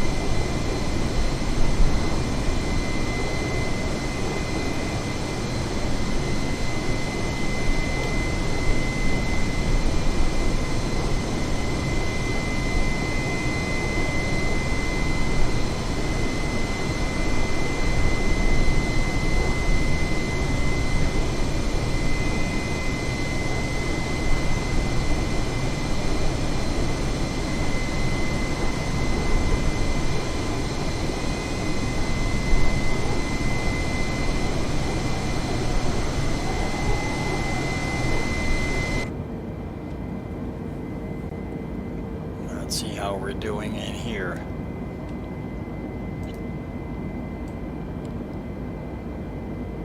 Look at that indicator pointing up like there's no tomorrow. And we are climbing.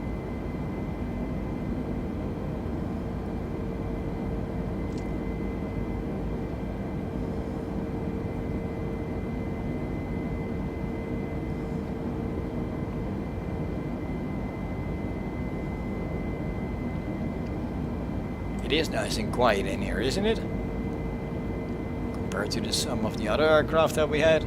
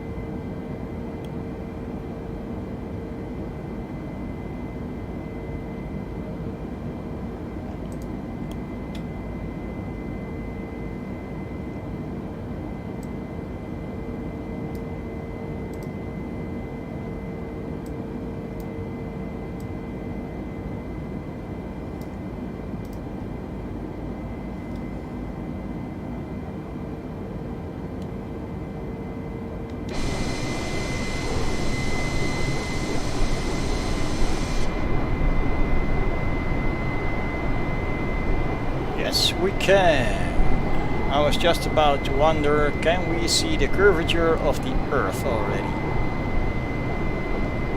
At the lower altitudes of the other aircraft, that was pretty much impossible. And now it is made impossible by other players. And obviously a couple of clouds, but let's have a look around. We should be able to see the curvature.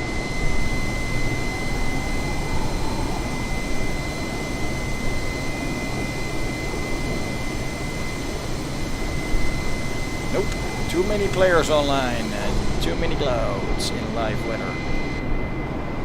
I should have gone for gorgeous weather or something.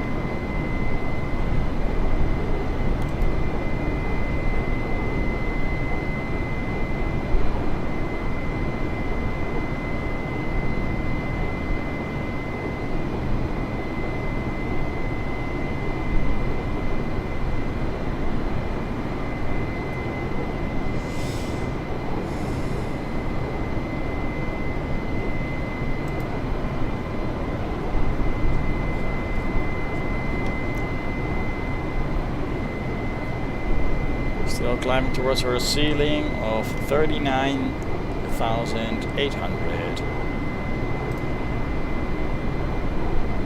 At this rate, we're going to get there fairly quick, aren't we?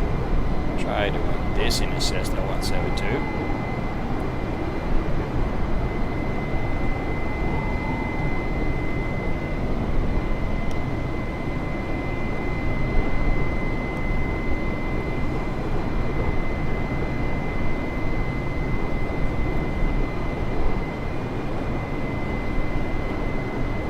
By the way, for those that voted in the poll, there's one vote in the poll. If you're going to vote in the poll, I think the outcome may surprise you.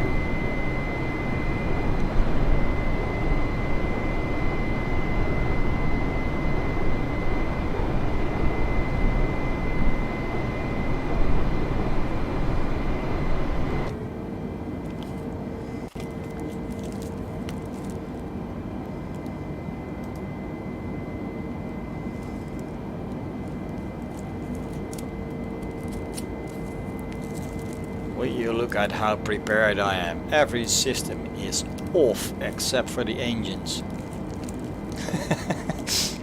But we're just testing how high it'll go today. We're not making a complete flight here.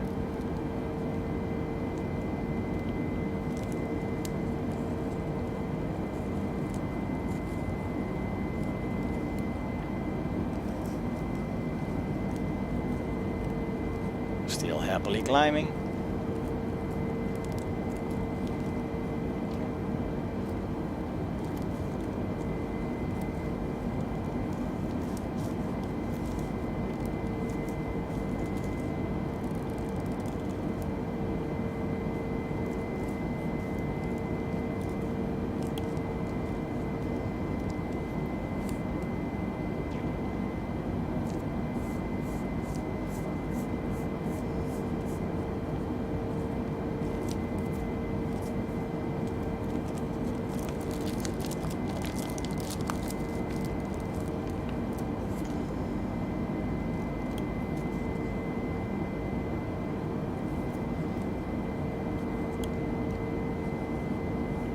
Alright folks, while we're waiting for this aircraft to keep climbing, I will be back in about 2 minutes.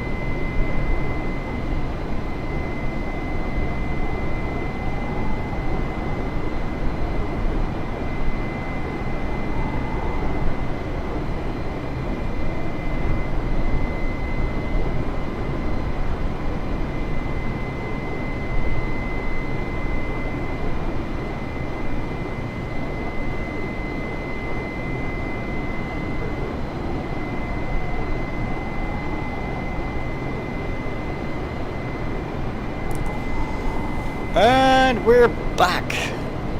I see we've surpassed 39,000. So technically the aircraft should be able to do another 200 feet and then stop.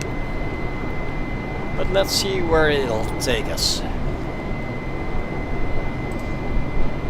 And I also see that somebody else has voted that piston aircraft will win by a percentage.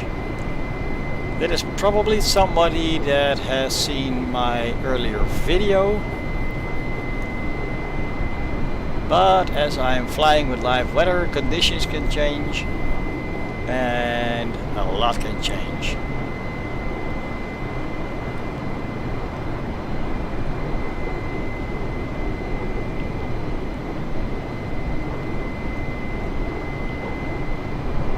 And this is all live, and I'm using a percentage calculator.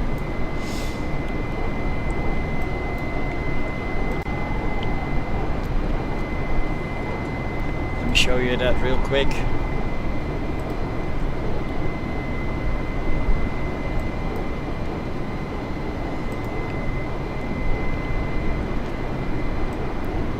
Not sure if you guys can see this, but this is the calculator I'm using. So percentage increase is the final value minus starting value divided by 100, times 100 and divided by the starting value. So that is what I'm using to calculate the percentage increase, and I'm doing that live with every flight that we have. So this can go a long, long way.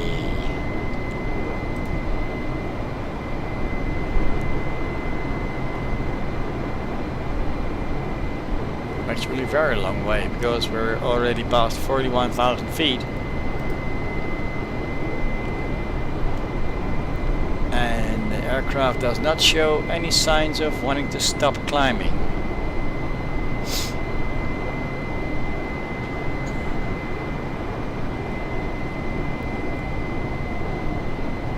We are well above all of the others, by the way.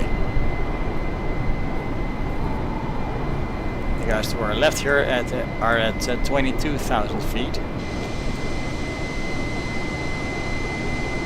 And the rest is happily below us.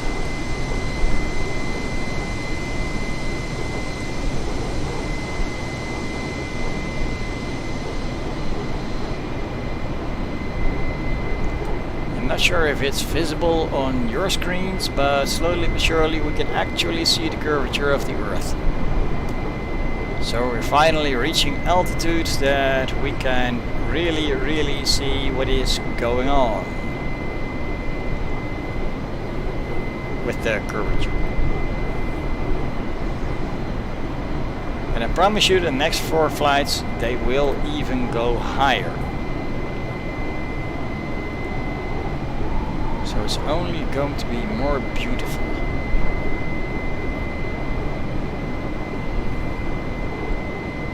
Past 42,000.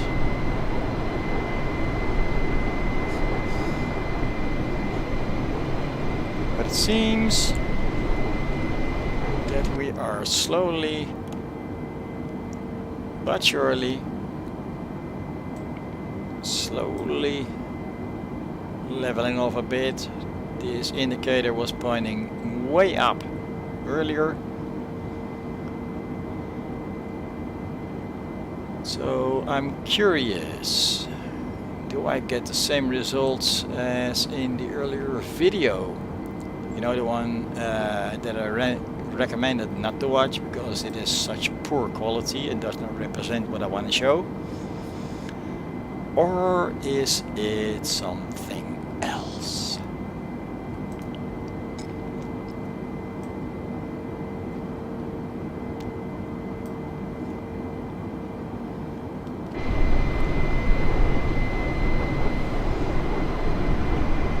$43,000. So we are well above the indicated ceiling.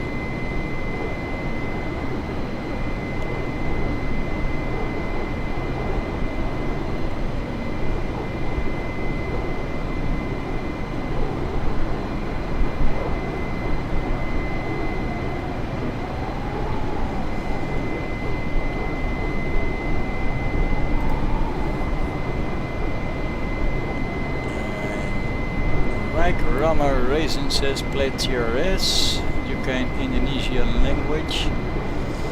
I have no idea what TRS is.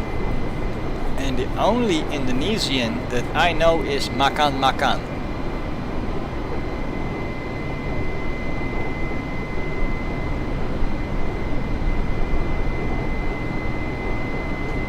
And by the way, Rijk, thank you for watching.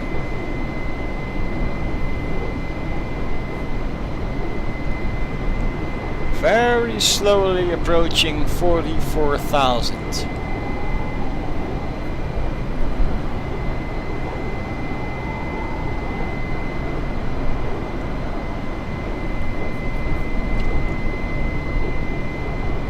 And in the last video I was not able to get the aircraft above 44 if my life depended on it.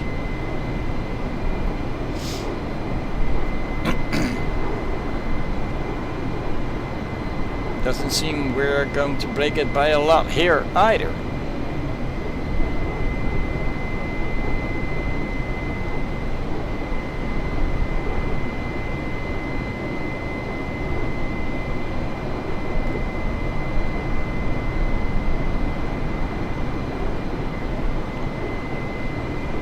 Rama Raisin says, you look river. Yes, there's a river below. Well spotted, sir. Now, if we can remember when we set up the plane on the runway, couldn't get this damn thing above 49,000. We still can't.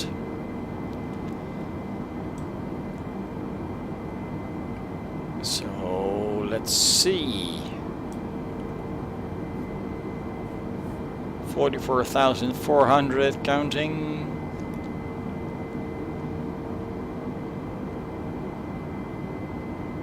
I think this may be an aircraft in which the software blocks it going from any higher.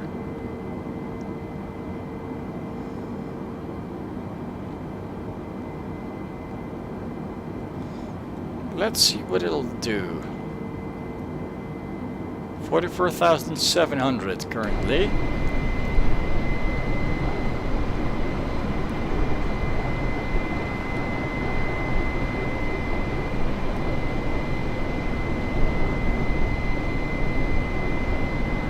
For 48.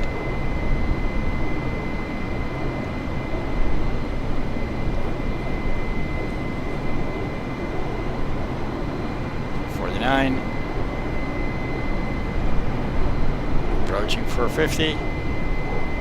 What will this bird do for us?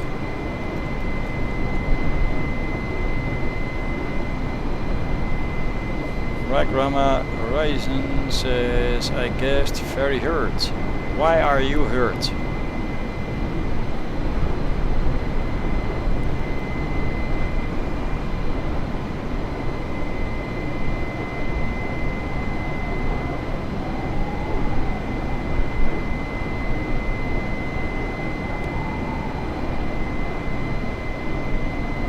Plane starts to wobble a bit, which is a good indicator that maybe we are starting to approach the final height, which it will do.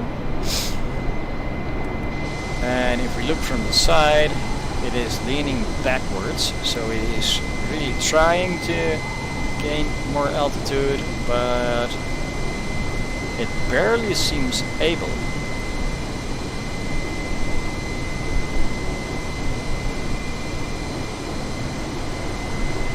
When we look at the indicator, still going up 600 feet a minute.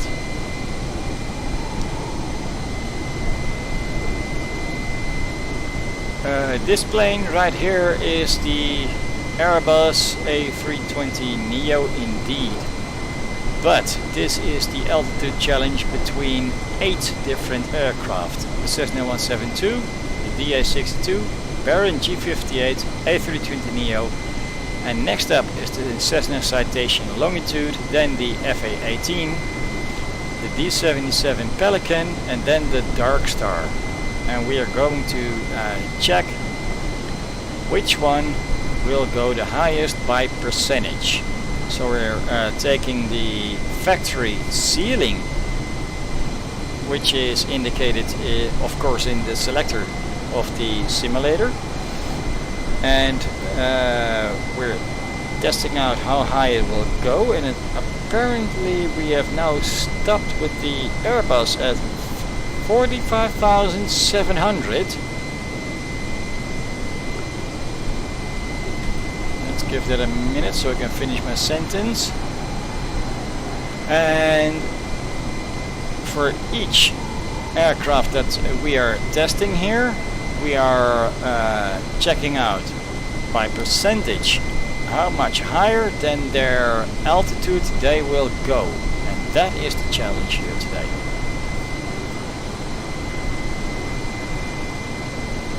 Avgeek, what am I up to? You're new. Well, welcome to the channel, sir. I think I've seen your name around a couple times, maybe on other channels. And let me repeat myself, we are doing the altitude challenge. So 8 different aircraft, we're taking their ceiling as indicated by the simulator, and as soon as they stop going any higher, we're calculating by percentage how much higher they went above their indicated ceiling. But 45,700 is what I'm calling for the A320 Neo. Let me write that down. 45,700, and we're moving on. Oh.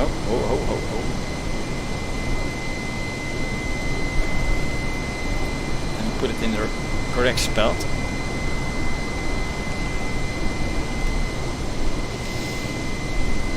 There we go. So let's reload the sim, and we're moving on to the Cessna Citation Longitude and see what that'll do for us.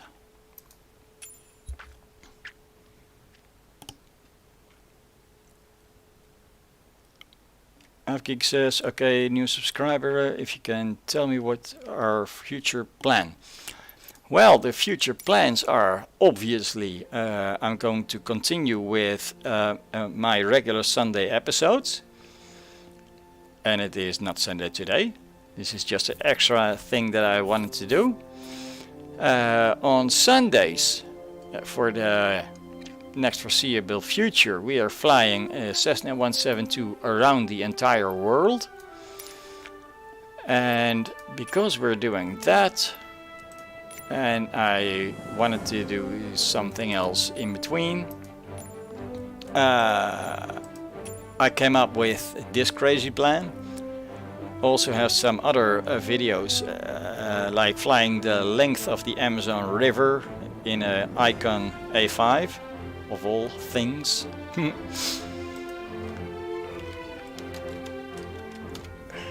Here we go, this is the next one that we need. Let's load up and let's go.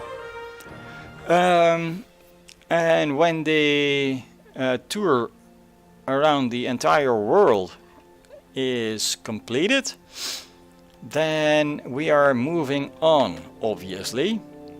And then we're going to do some crazy new stuff, and I'm open to suggestions. Throw something in the comments, something in the what's that thing called, Discord. I'm checking that about once a week. So yeah, we're doing crazy stuff here, and while we're doing crazy stuff, and I'm going to do it mostly live, obviously I like talking to the people that comment, especially to the ones that subscribed.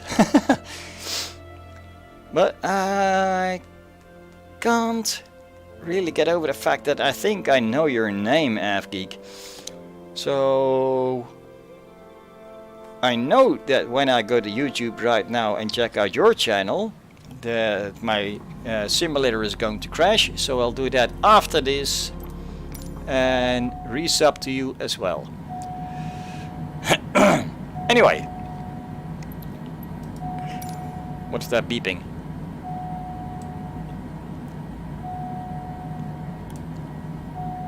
Will you shut up? Oh crap, how did this work again? Heading. Doesn't say on screen, obviously.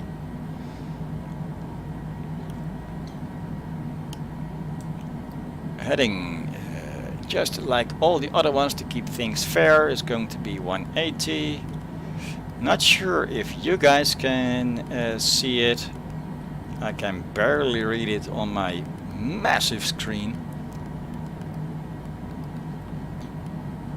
So let's point it at 180. Then quickly take a look at my notes. Because I think, and that's just out of the top of my head, this aircraft should be able to get to 45,000 in a hurry. As in a massive hurry. So let's see what it will do for us today.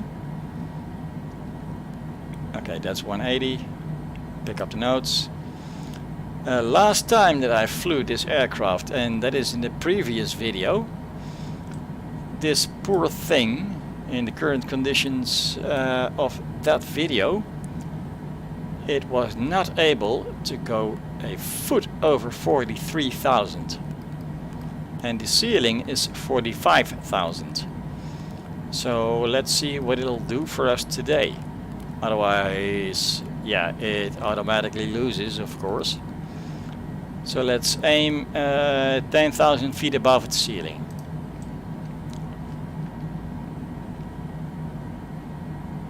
This-ish.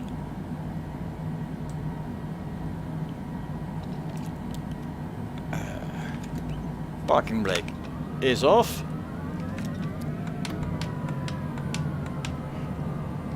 Flaps are up. Let's go.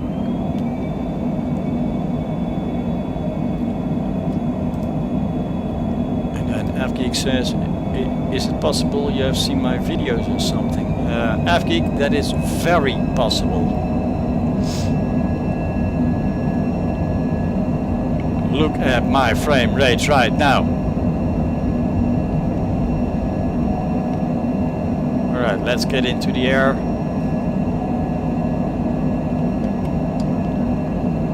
Gear coming up.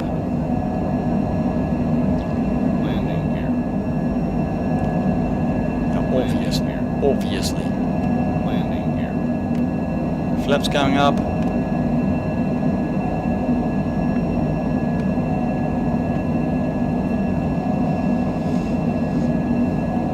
And to keep things fair, this one also is going on autopilot as soon as I can figure it out. Where is it? Autopilot. Heading. Where's the FLC? There it is.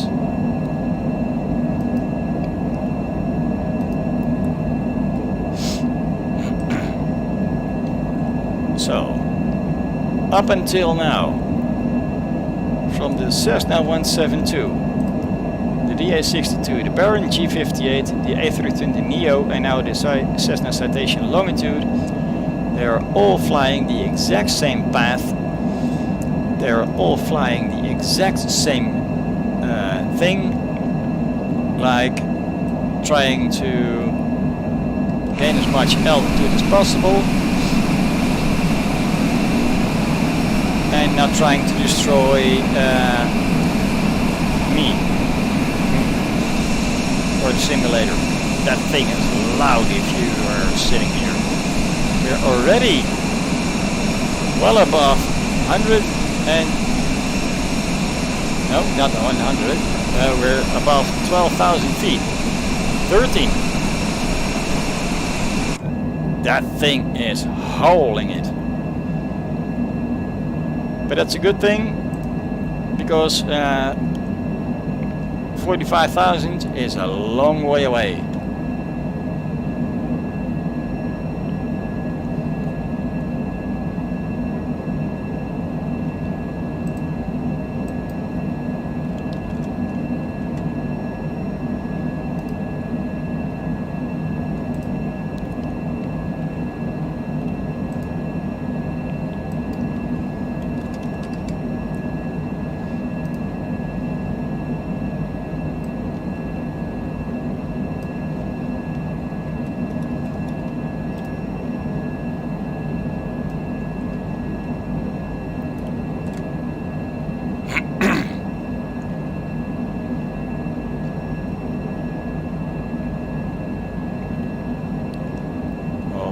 Already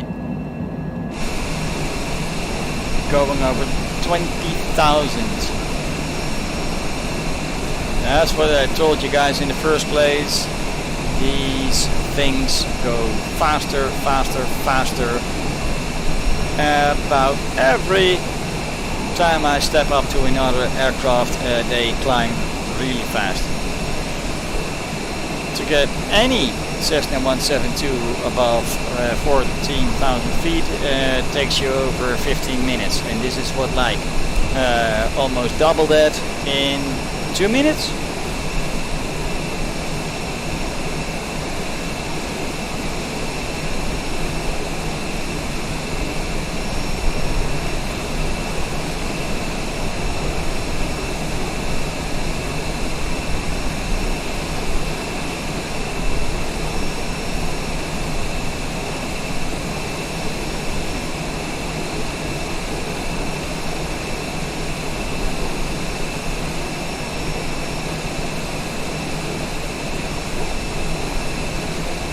Well above 25,000.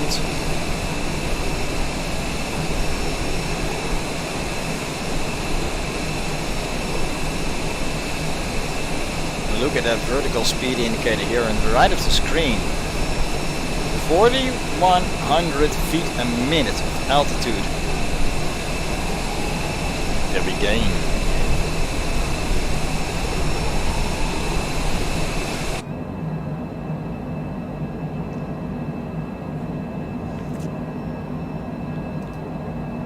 We look at the instruments.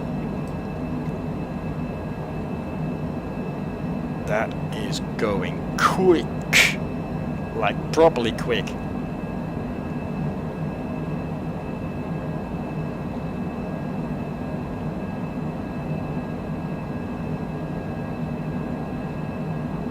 Screen can barely keep up.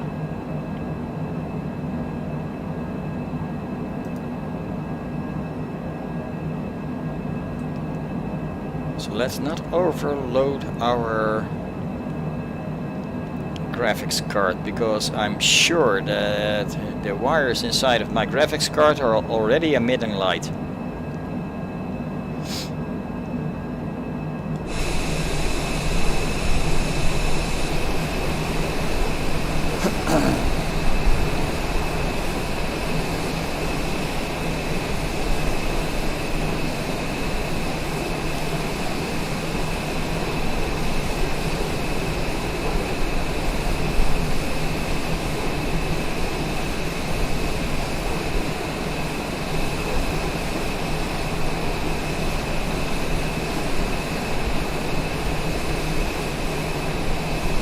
At that thing climb.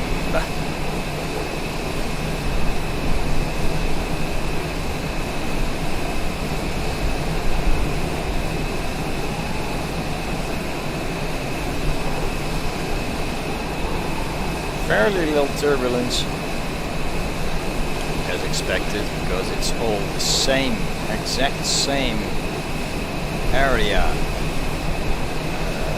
time. Well, not the exact same time, because obviously it's live weather. It's the same situation, same surroundings. This should be good. Past 35,000 feet. 10,000 more to go. And then it should level off. But last time I never made it to 45. I only made it to 43,000. So let's see what happens today. And in the last time I did this, which is in the really crappy video that I uploaded, don't watch it. It was a fight for my life to even get the citation to 43,000, while the ceiling is at 45. Not sure what happened there, but let's see if we can get this one up in the rankings a little bit.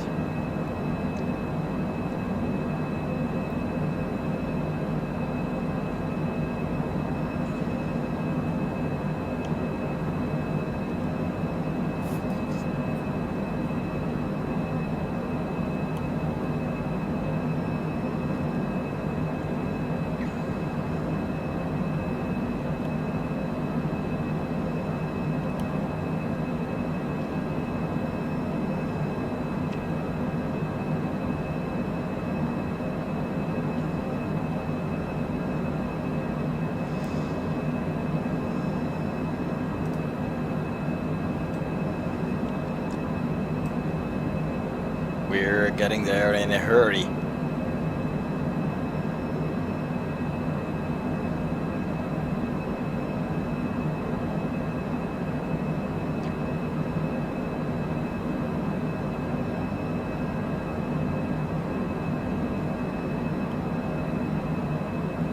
Approaching 40,000. And that's where the citation got into trouble in the last video. Now obviously to record that video takes just as long as to record this one. So I sped everything up.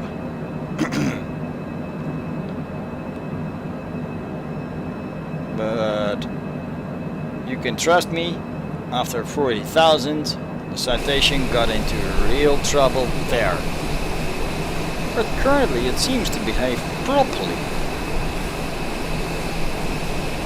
It may even break its own record compared to the last video.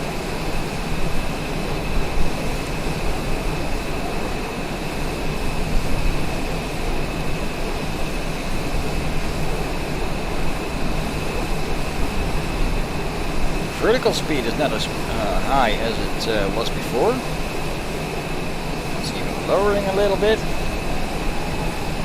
But we're still doing plenty good.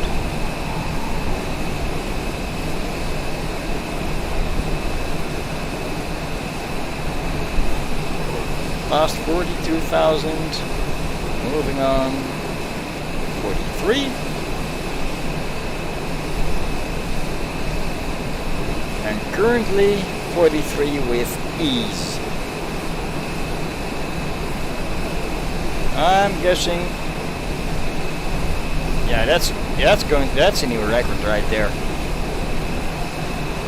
Last time it wouldn't go over 43,000. Avgig says, congratulations, you are now on my TV, on your TV. Okay. Watching live in big screen. Let me know what the quality is, so I know if the upstream level is, the upstream bit level is good enough. Is it watchable?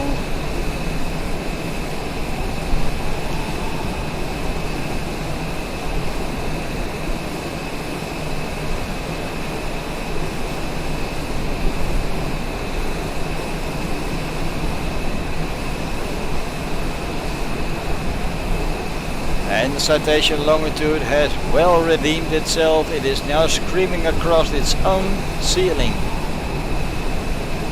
And while it is soaring higher and higher and higher, I'm going to need that calculator again to figure out the new percentage. I was fairly convinced that the values that I got in the earlier video, that they were going to be consistent, but obviously not, because several aircraft have already broken the previous record. And that probably has got everything to do with flying live. Well, live weather days. 1080p and watchable. Well, thank you very much, sir. And then that obligates me, of course, to go to OBS and click here.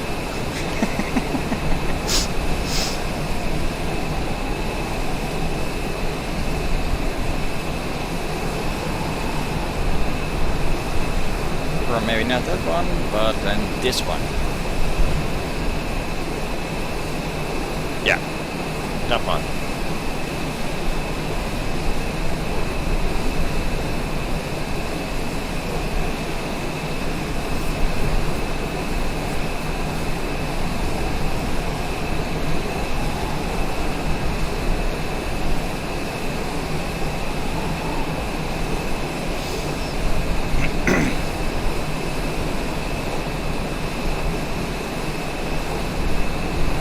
Approaching 48,000.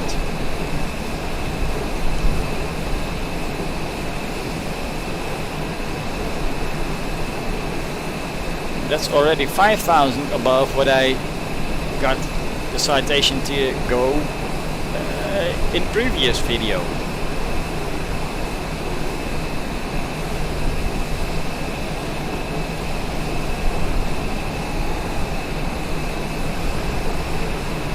He screamed across it.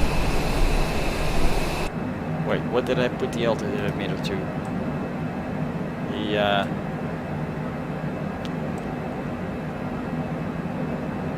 55. Well, twist that knob a little bit more. It is screaming towards 55. I was never expecting it to do that, but I really doubt it'll do 95,000 feet. Let's see what happens. Currently still climbing. Still 1,300 feet a minute.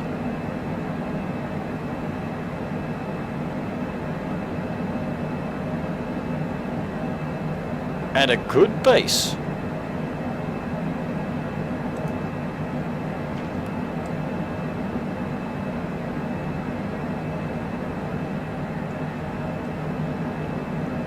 It does seem that everybody in the back has fled the scene already.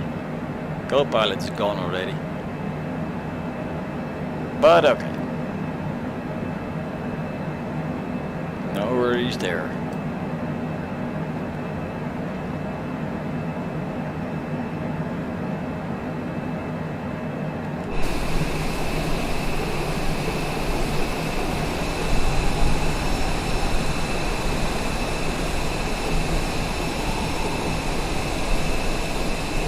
Now you'll notice that the higher up we go, the more beautiful the curvature of the Earth is accentuated with the darker colors on top of your screen and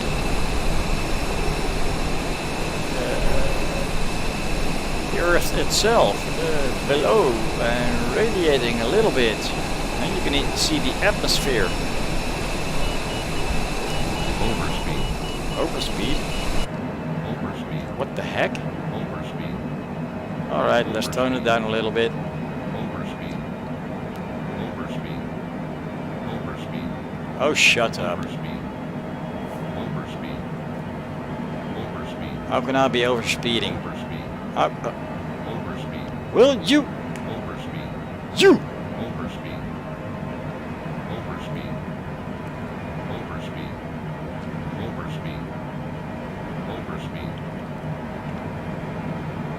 Pipe down, will you?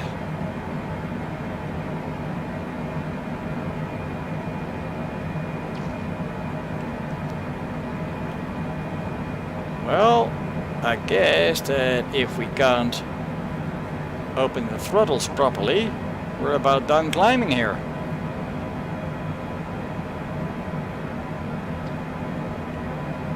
Actually, we're dropping.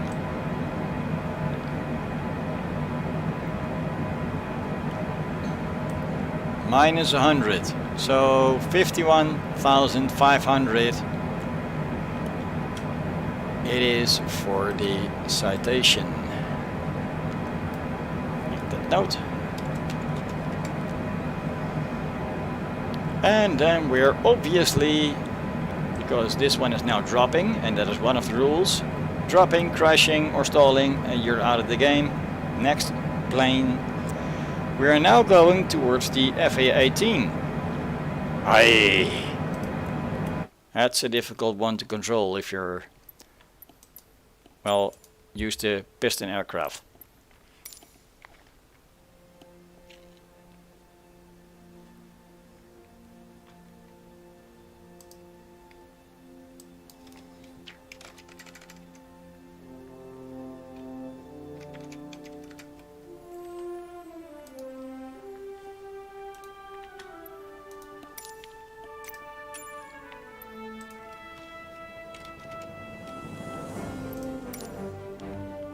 That one, and then that one, then that one.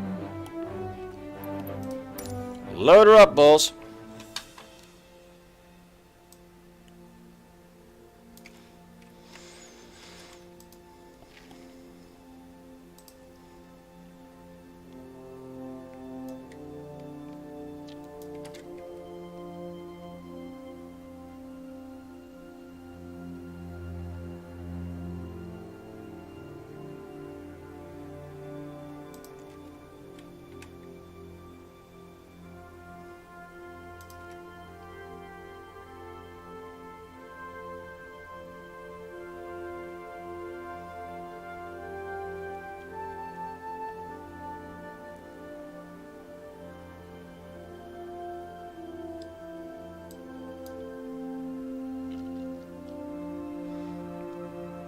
So the FA-18, our next contestant, just like the citation Longitude, has a ceiling of 45,000 feet.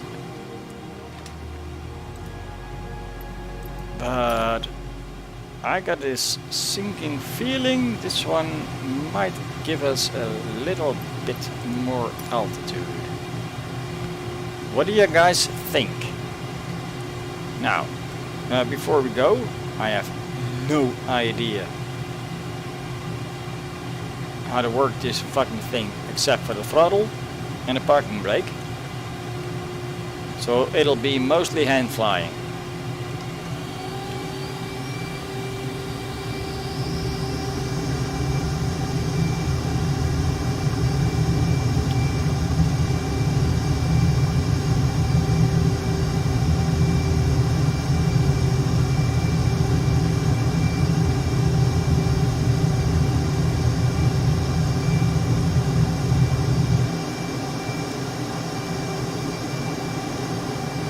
Look at those frame blades close to the ground.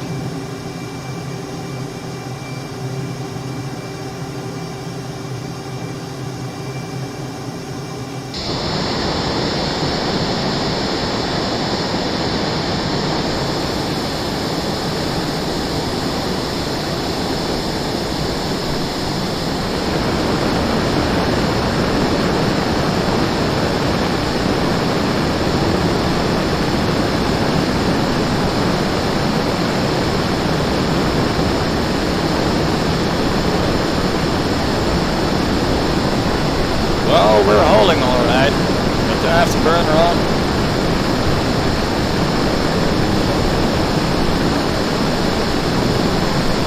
No idea where we're going, but we're going.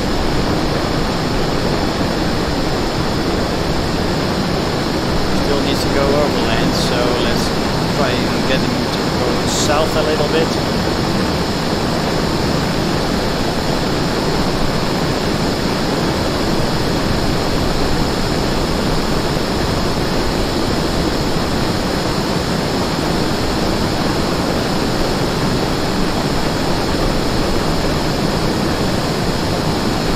Past 20,000 already.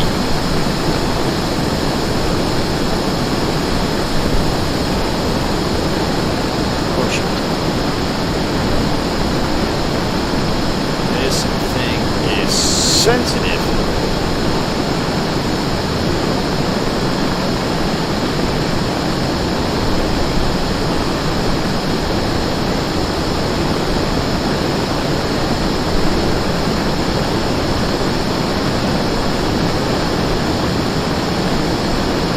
Go south.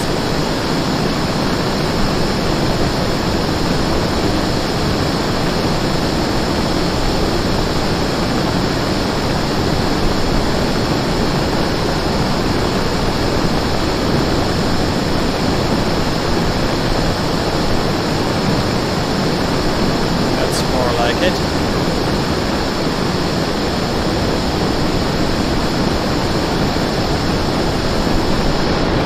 Actually fairly acceptable.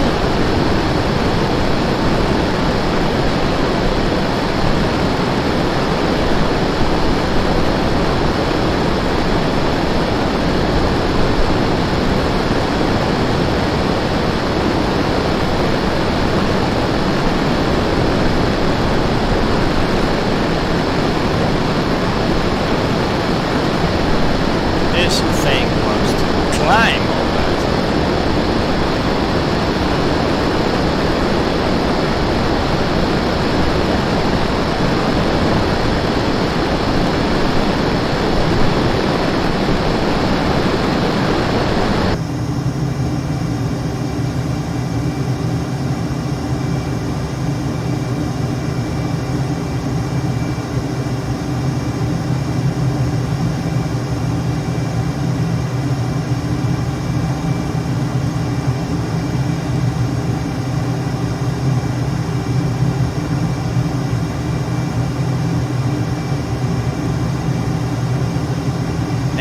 Too many buttons compared to a C172. Let's not fiddle with them and just see what he'll do. We got more than enough fuel, so let's leave the afterburners on. For some reason my button to engage them does work, but to disengage them it's not working. So approaching 30,000 fast.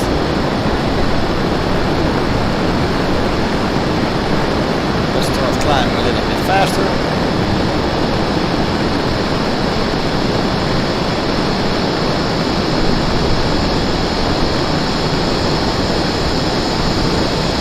That-ish.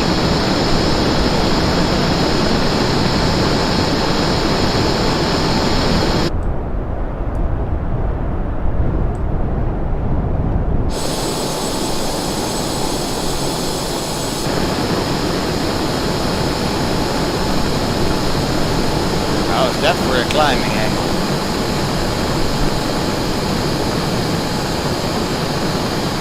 We're already way past the ceiling, by the way. We're past 50 and the ceiling is 45,000.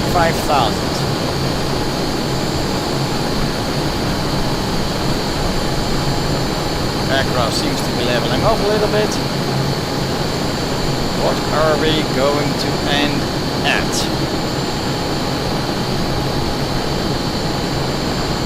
Why are you dropping? You're not dropping. Get up there. Get up there. What are you beeping at?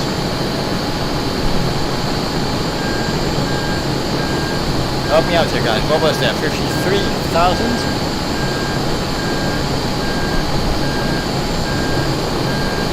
He is fighting me. He won't go up.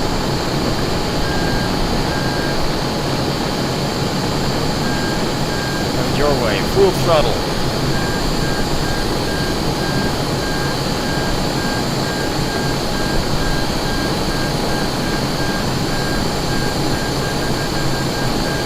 come on.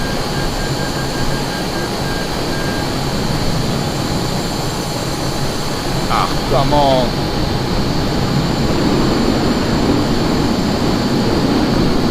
Seriously? We're doing this? Alright, I saw 53 indicated. But that is a stall.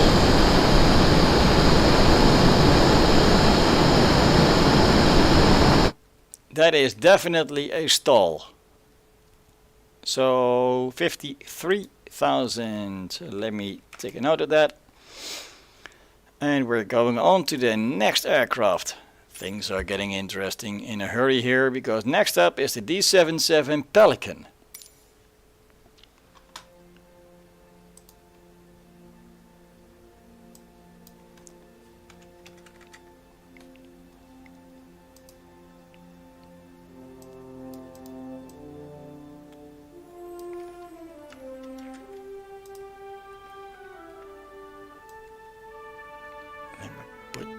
Percentage in here. There we go.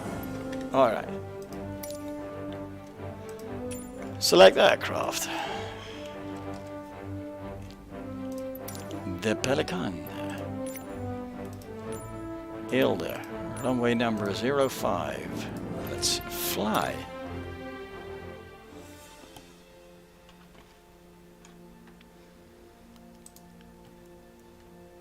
Now the Pelican also, just like the Citation Longitude and the FA-18, has a ceiling of 45,000 feet. So let's see what we can get this thing to do. Because yeah, it is obviously a fictional aircraft taking on real aircraft. So let's find out what it does.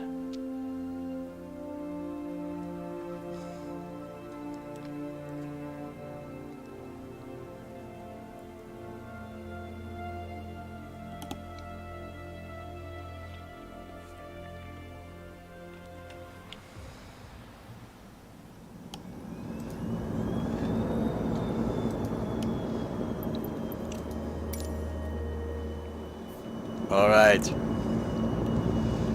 if you have not yet seen the Pelican, this is it.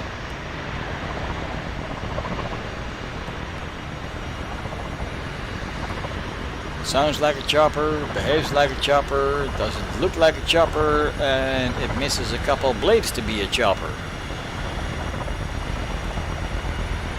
But okay.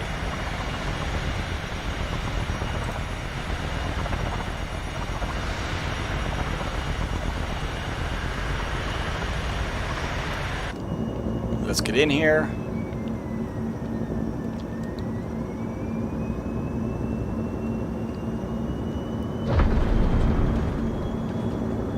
Boom. There we go.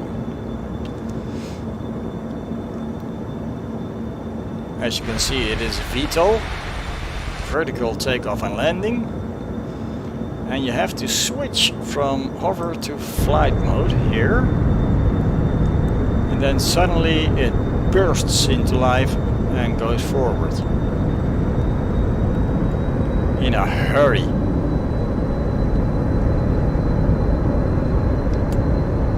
Does not seem to have a proper autopilot. Fairly easy to maneuver.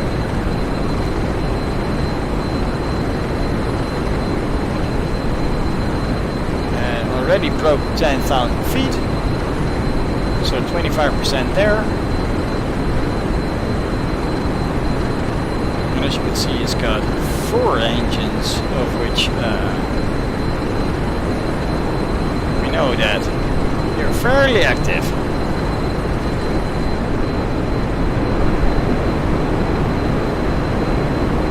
is a crazy, quirky little machine. Still sounding like a helicopter, doesn't it?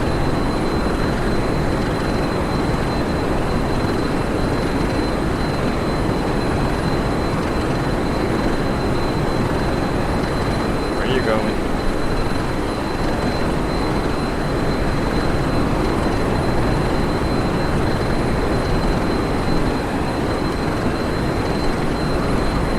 South.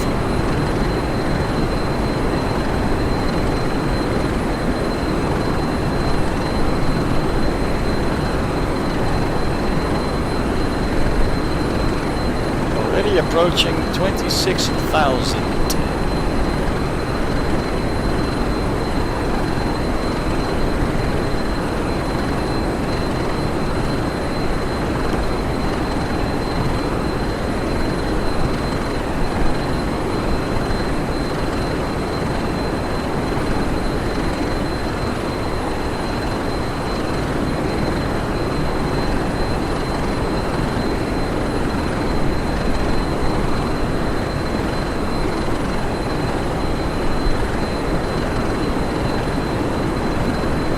Past 30,000 feet already in mere seconds.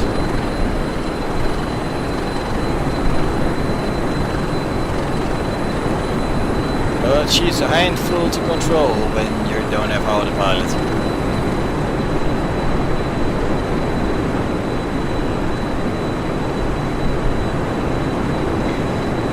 Past 40,000 already. Don't you dare drop down.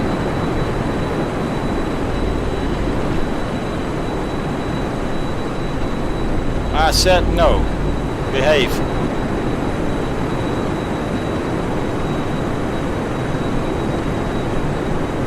Past 44. 45 is past.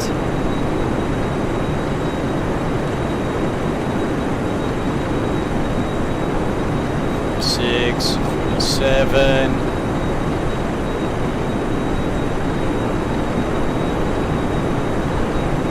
As soon as it starts behaving, this thing can climb. Approaching 48.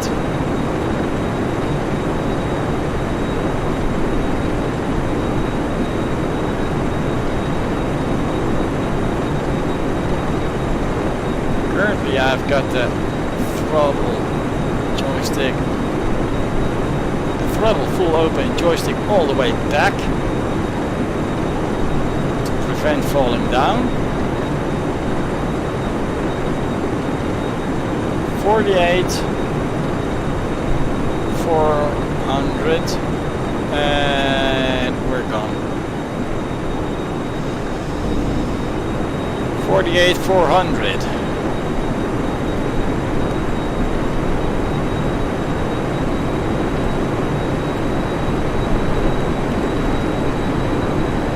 That's too bad, that is a stall. So we're now going to move on to the Darkstar, and that is our final contestant. Time to make up your mind, boys. Who is going to win that challenge?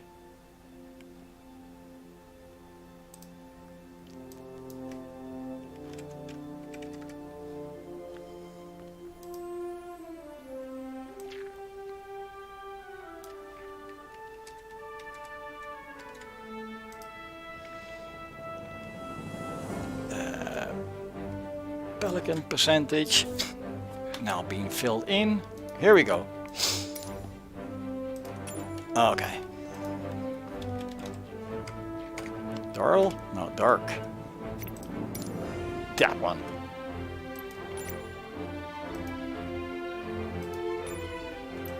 Hilde, runway number 5.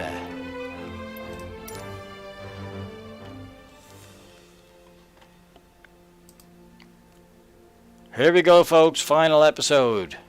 Who is with me? Who has got the pull right?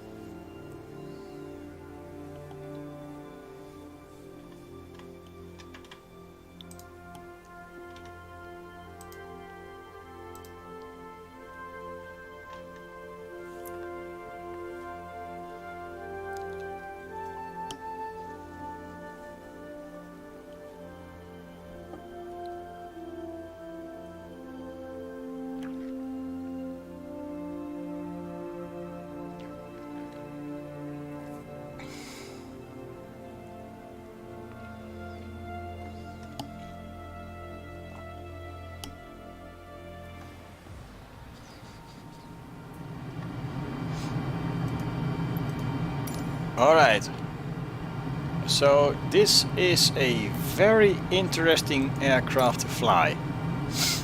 Not only because you're relying on cameras in front of you to see where you're going, but also because it has scramjets. And you cannot enable the scramjets until you get to Mach 3. But those are the ones that may save the mission for this contestant in our challenge. So, parking brake is off. Let's see what this one will do for us. Half throttle.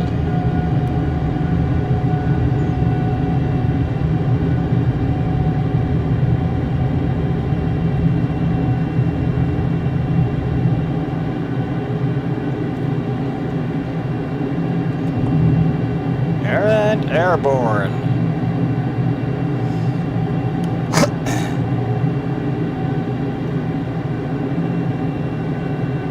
0.66 Mach already. This thing is not playing around. Let's make a turn. So we stay over land and keep this fair.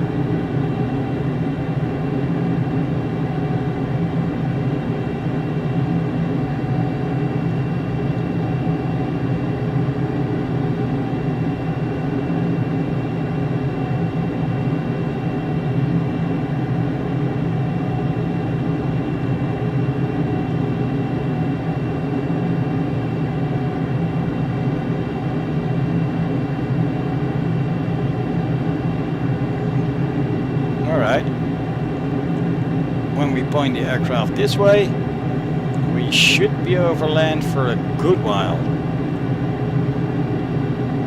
Meaning, let's throttle up.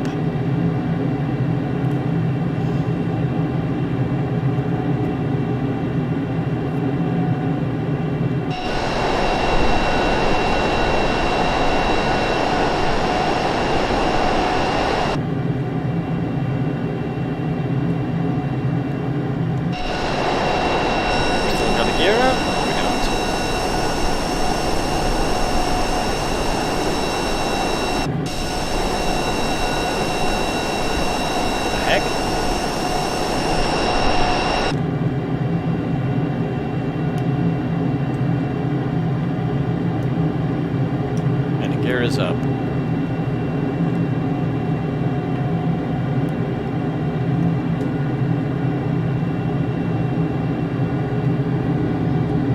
And I really want to fire up the afterburners.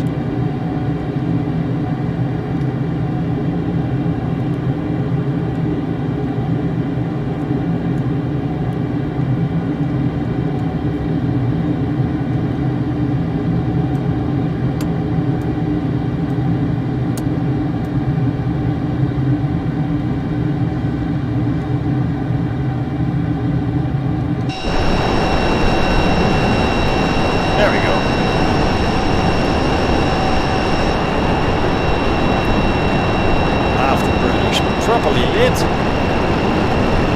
Already broke 34,000 feet. This is holding it. Now, what is our current speed? Mach 88, 0.88, I should say. So let's get some altitude. Level off a little bit. Gain some speed.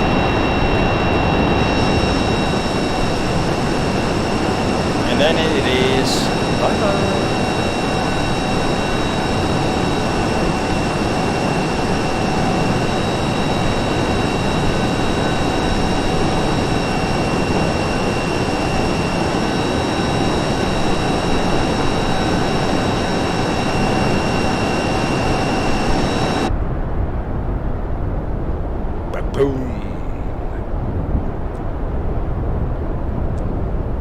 Yes, we just broke the Mach barrier, so that changes the sound a little bit. When I turn around, you can hear it.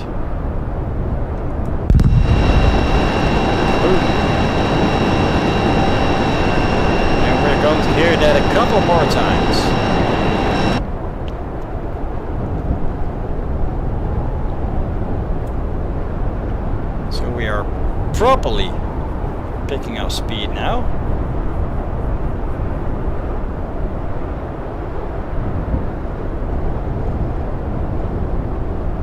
So that we can finally activate those scramjets and get going.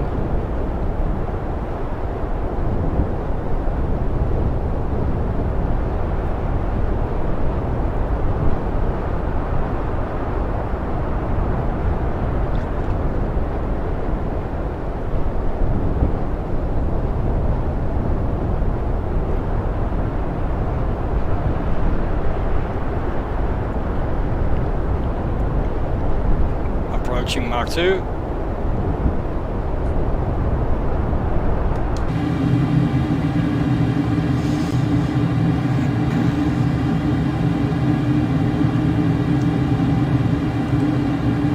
Let's prep the aircraft. Indicator buttons already set, which is a good thing.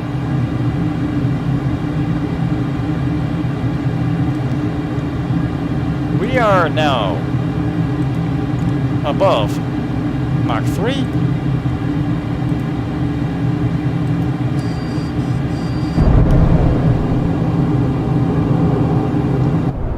So as we can see now, the scramjets are spooling up. The other two will be spooling down. And we will go sky high.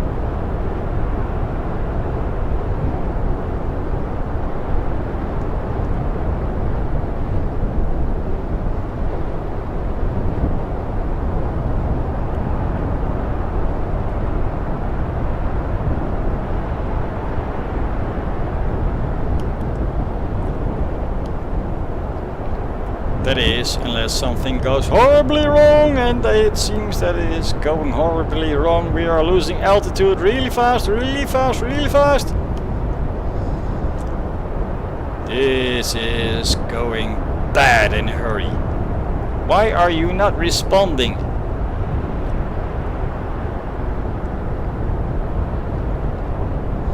No, we're going down, we're going down, we're going down.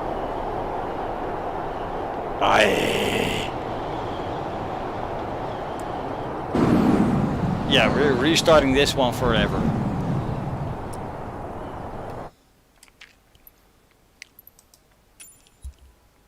This is bad. It's been a long while since I crashed an airplane. Really long while.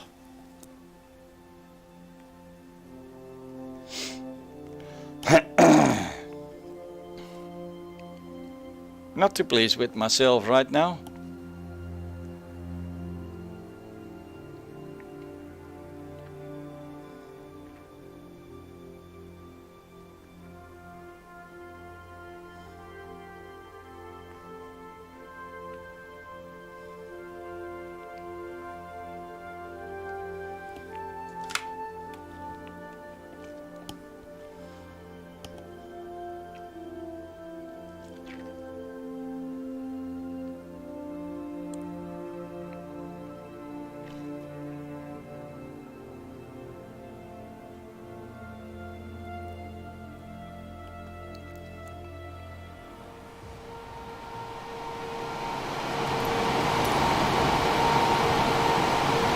Right. So let's try this one again then.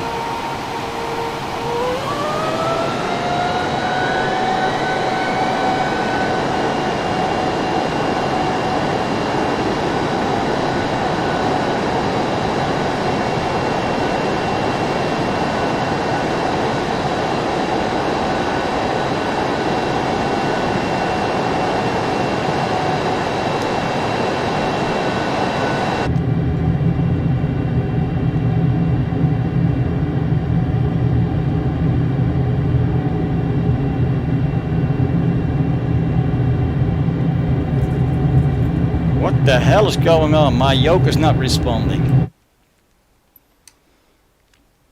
This is bad. This is very bad.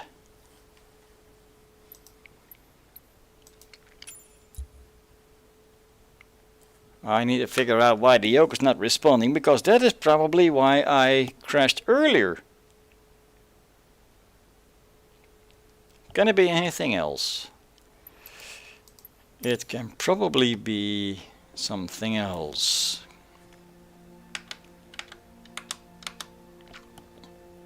But is that logical? No, it is not. So we're now going to check that.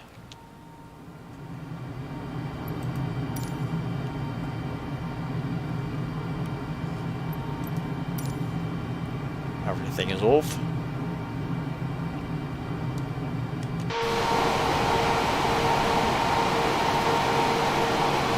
Yoke responds now.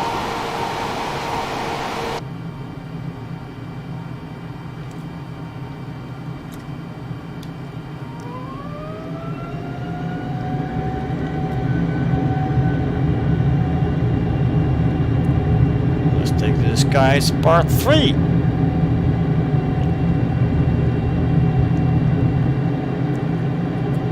It is such a good thing that this is an experimental slash fictional plane. It would not have been nice to test this one out.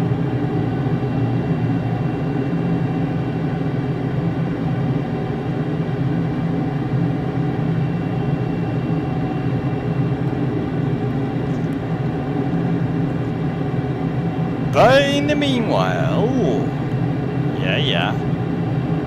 I have told you guys that we were going to see the curvature of the Earth, and we are going to do just that.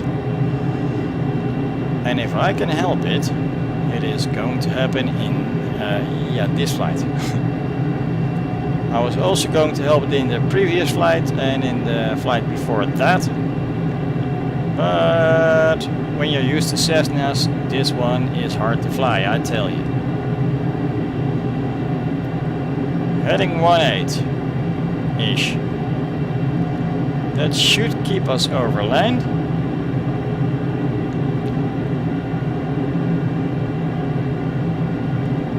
Let's get some proper altitude. And our wings level.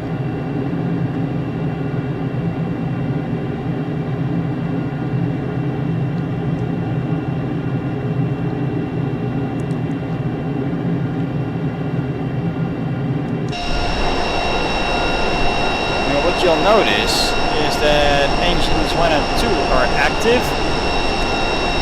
number 3 and 4 are not active, and those are the scramjets.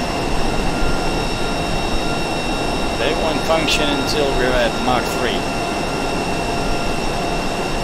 Currently we're doing Mach 0.45-ish.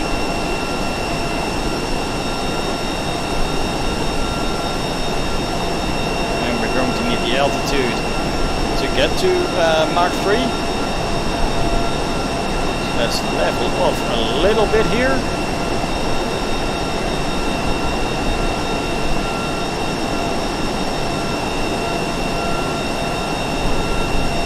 So level. I didn't say do what you want.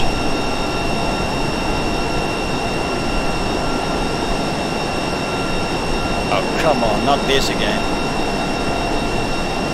Yeah, he's doing this again.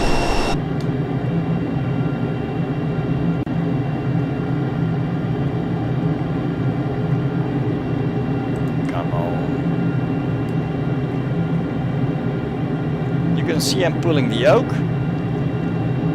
Oh, and suddenly it's responding.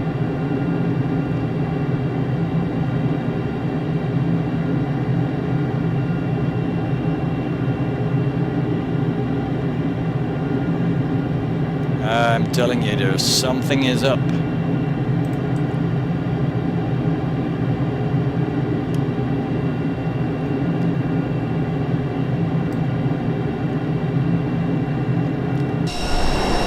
Compared to what this thing can do, we barely even left the ground.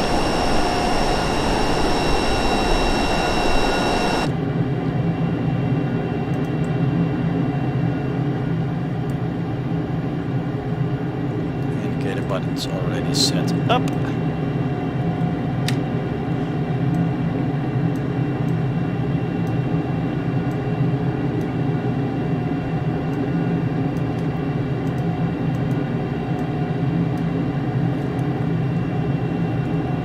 Come on, I really need these things to cooperate now.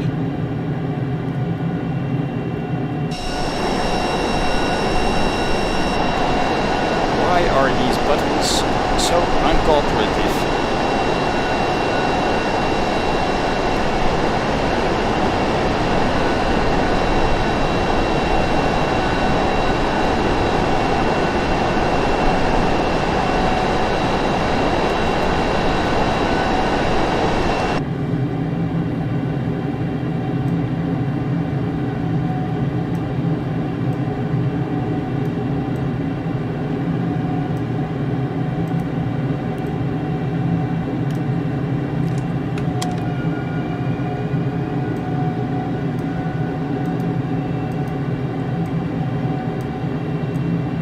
Will you move already?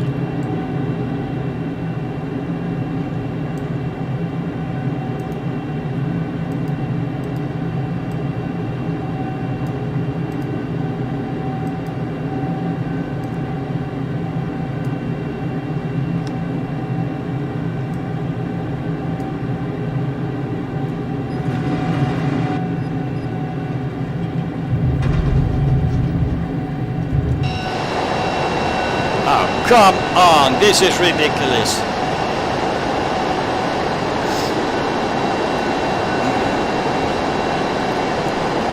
This is ridiculous. Now, I'm going to show you guys that the afterburner is Shift F3 or something.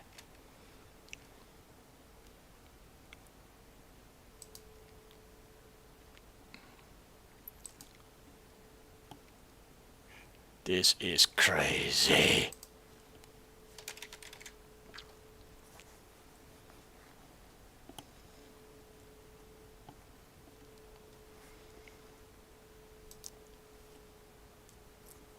Hey, we got response. Toggle afterburner, Shift F3. Shift 3. Well, I punched every button in that area and nothing responded. Now, I'm not sure if you guys can hear the fans in my computer, but that thing is hot. No. Go away. Go away.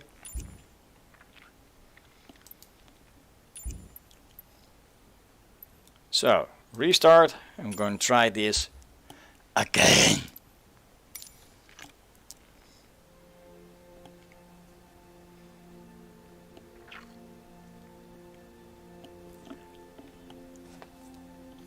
But before we do that, I first need a quick potty break. I'll be right back.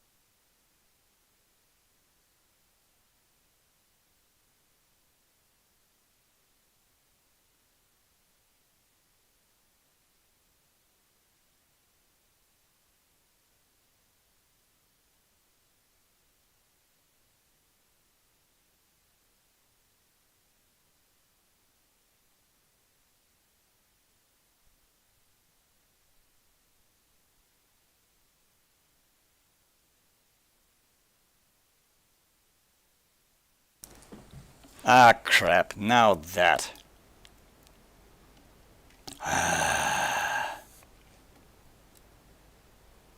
So, we have now officially paused. I can reload.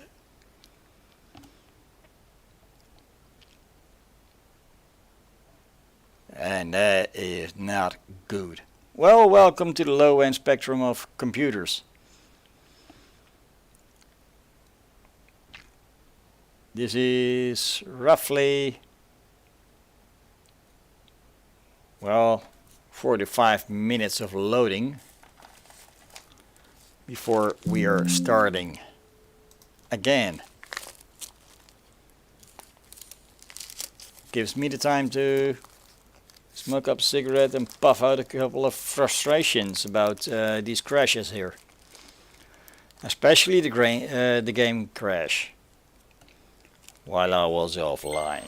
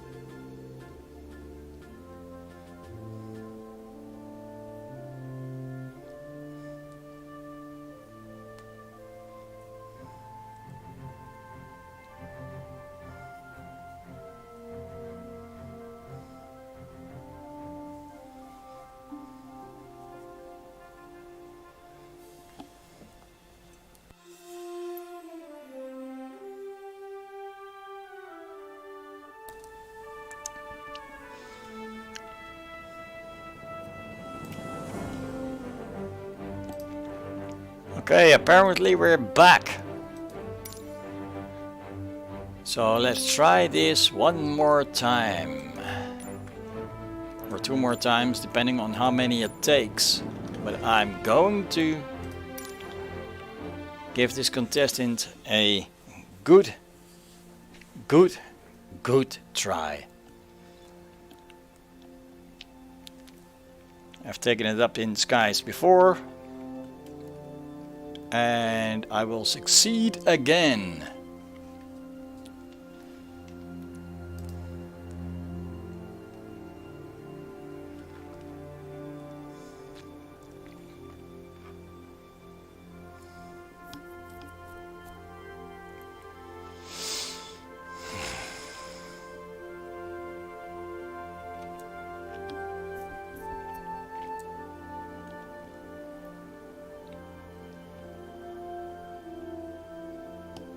At least my computer got a chance to cool down a little bit. So let's give this a chance. Yes, I'm ready to fly. And let's hope we're actually going to fly. I'm about headed with crashes. Park and brake off. Throttle halfway. Let's get going.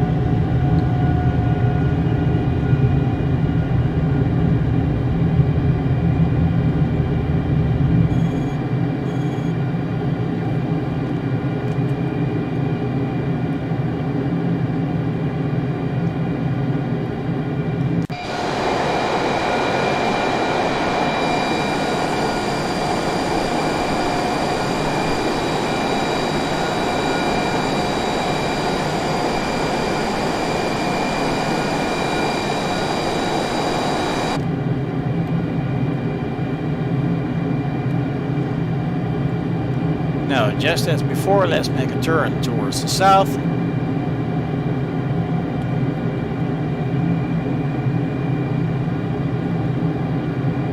And then start hauling.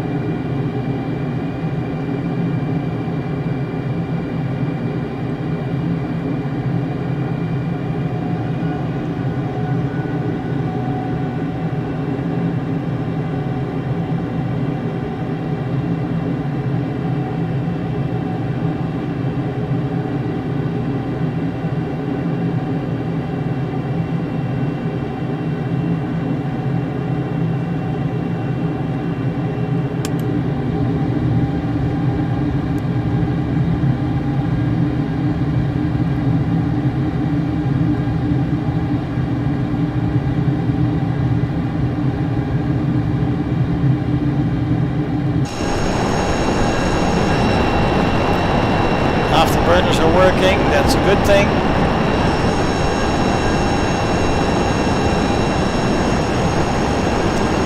Suddenly making good pace.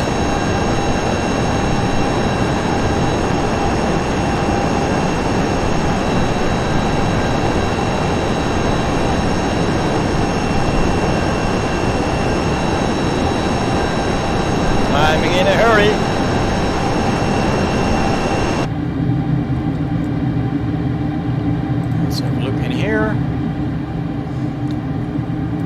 Buttons are not yet set, but let's prep them. These buttons are needed for the scramjets.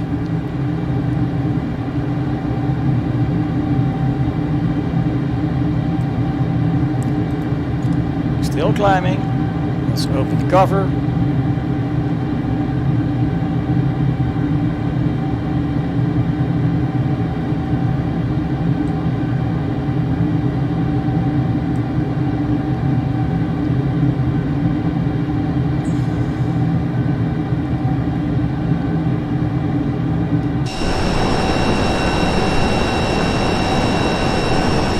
Streaming past 36,000.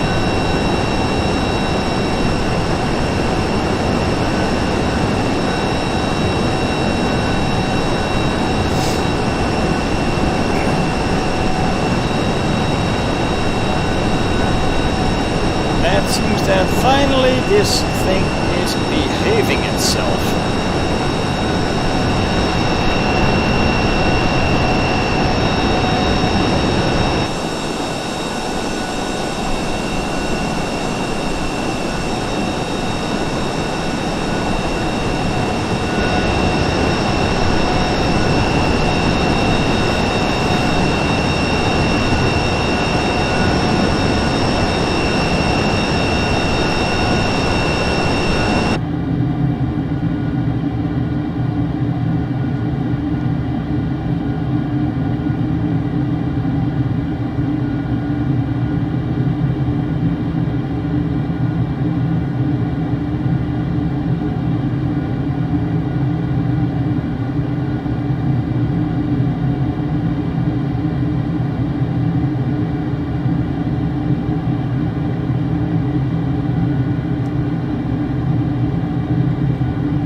You guys are seeing these, right?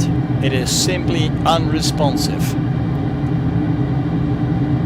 Let's go invert and see if that helps.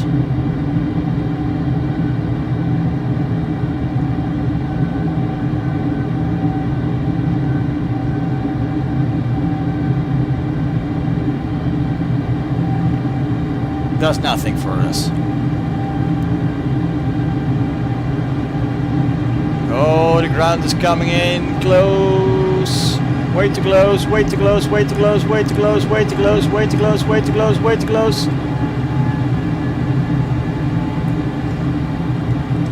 Come on. This is crazy.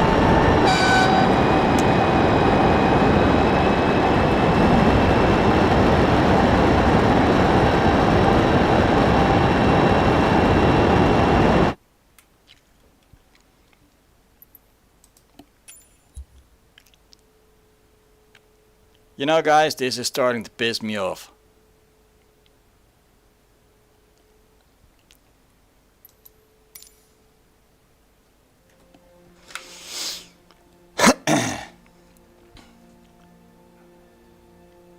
Gonna give this guy one more try. If that doesn't work, well, then it's game over for the Darkstar. DNF, did not finish.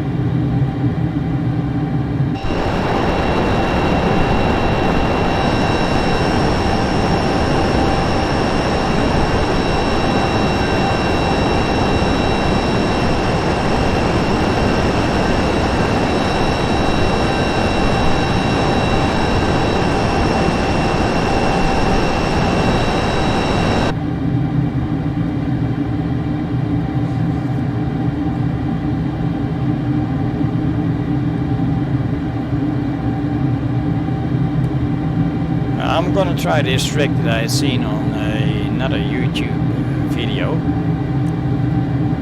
to go inverted and then back again before you can activate the switches and the scramjets. So let's give that a try, and if that fails I have no idea what to do about this frigging thing.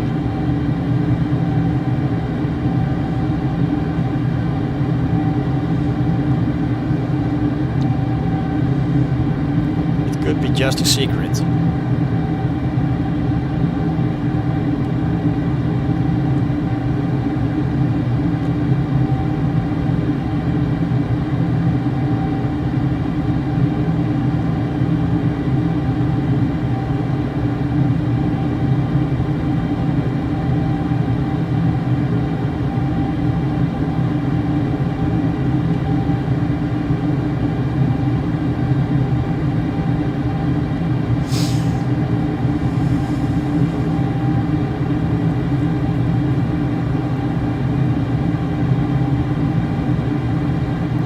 Speed is slowly climbing.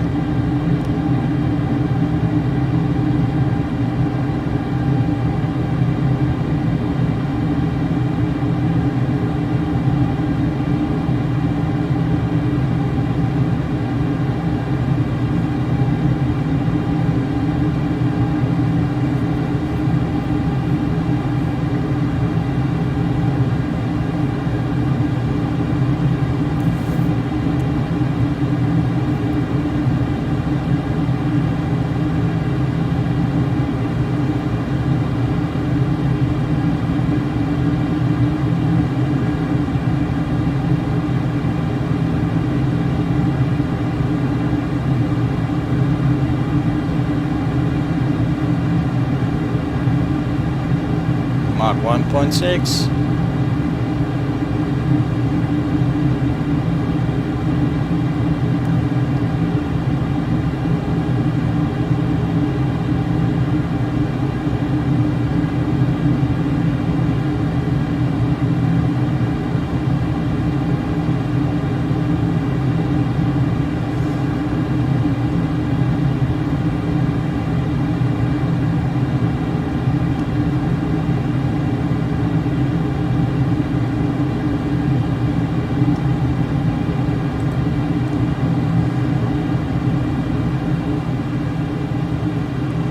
Switches are still off. Fuel diversion is still off.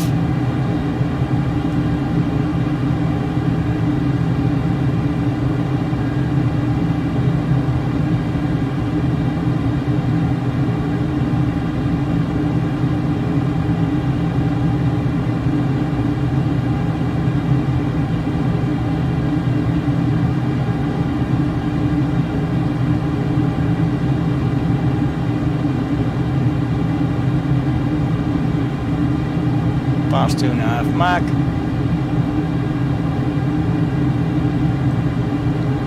Starts from switches.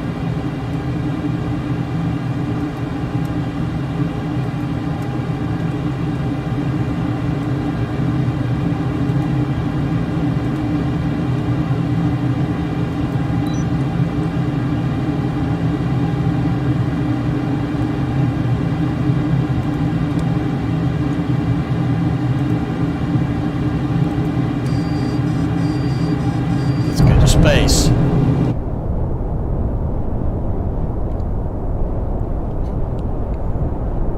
Scramjets are spooling up, as you can see in the left corner. There we go.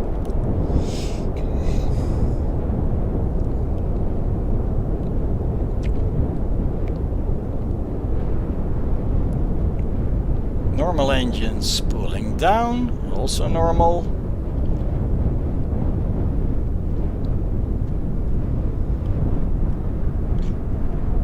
Now we are finally hauling it. No idea how to get down because we're already low on fuel, but that's because I didn't bother putting fuel in the plane. So yeah, that's all on me, but none of the aircraft got over 50%. The consumption of this aircraft is rather concerning though. Past 100,000 feet. And we can see the aircraft is starting to glow. And that's just because we're in the stratosphere and we are basically burning up. The indicated maximum altitude of the Darkstar is 150,000 and we are about to get there.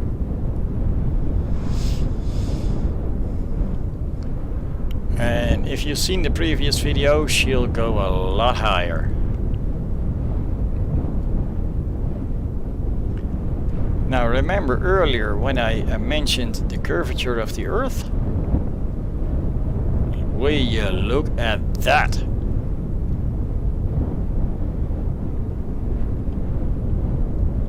That is screenshot worthy, isn't it?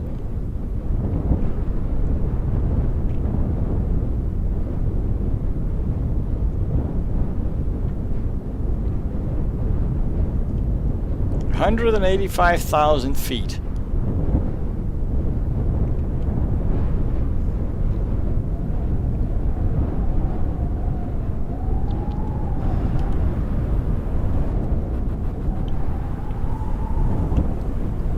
And yeah, of course we have got the shakes here. Aircraft doesn't know what to do, nor does my graphics card. So we'll just have to sit this one out, I guess. Tip of the aircraft is almost melting as we approach 240,000 feet.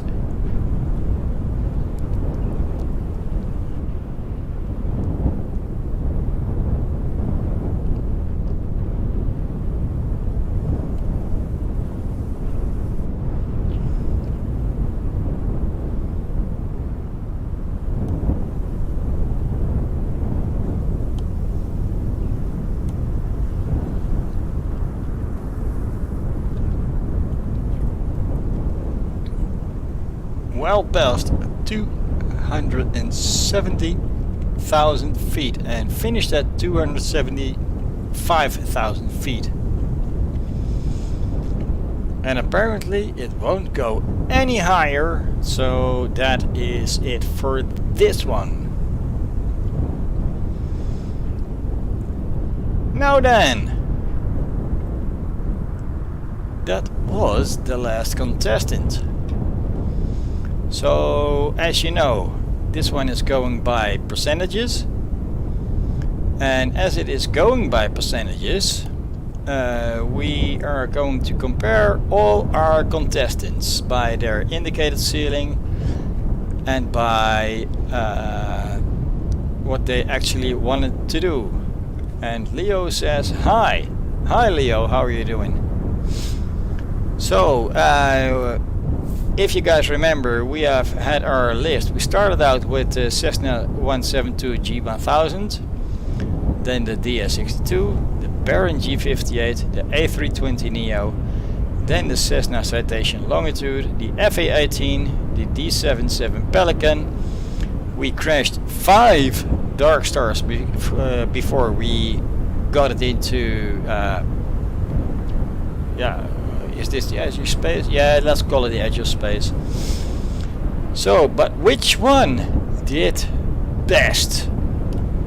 Which one did best? And in the poll, you guys said that the jets will do best, followed by equal amounts piston, turboprop and scramjet. Okay, so I've done the calculations while we were live and while we were filming, and here they are. I hope this is readable. Let's make it a little bit more. Let's make it a little bigger. So here we are, the Cessna 172. Estimated altitude 14,000 as described. And it did 16,400. So that's an increase of 17.429%. The A62 indicated altitude 20,000, did 21,400, and that's a 1.9% increase. The Baron G58 did a lot better than the DA62 because that had a indicated altitude of 20,688 and took us to 24,600, which is an 18.9% increase. A320 Neo, which has a indicated ceiling of 39,800, that goes to 45,700 and is a 14.82% increase. Then the Citation Longitude, the big loser in the last video, did a lot better this time because with its ceiling of 45,000, last time it got into the negatives of the percentages because it didn't reach its altitude at that time. But today it took us to 51,500, which was an increase of 14.44%. The FA-18, however, did slightly better with its same ceiling, but took us to 53,000 feet, which is 17.77%. Then the Pelican, also a ceiling of 45,000, took us to 48. So that's only a measly 7.55% increase.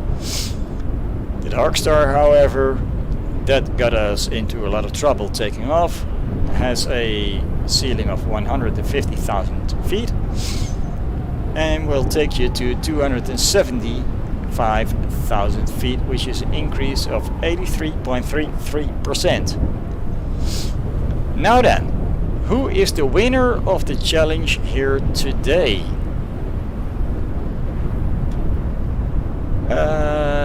By percentages alone, we could conclude that the Darkstar is the automatic winner. Correct? Well, the Darkstar is fictional. Doesn't yet exist. All the other aircraft do. The Pelican, also fictional. So the FA-18 is in, no, the Cessna 172 is in the third place, the FA-18 in second place, and our winner today is the Baron G58 with an increase of 18.9095%, double percent, above their indicated ceiling. Now, that is a surprising outcome, especially when you compare it to the last video where the Cessna 172 clearly won. But yeah, we're always flying live weather, so you never know what happens when situations changes. Anyway, look at this view. Now let's see if we can get this guy down to earth again. Chances are, of course, that I'm not even going to be able to land because there is no way. Yeah, shot's shaking again. At these speeds, there is no way you can find any airport. And by the way, it doesn't have proper GPS. But let's go down and enjoy that a little bit.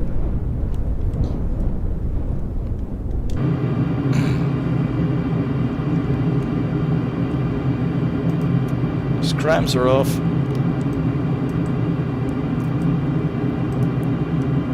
Normal fuel.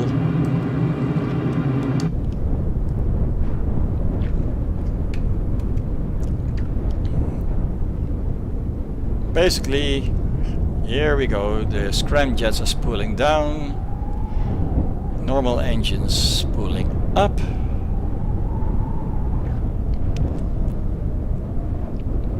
They won't have to do a lot yet.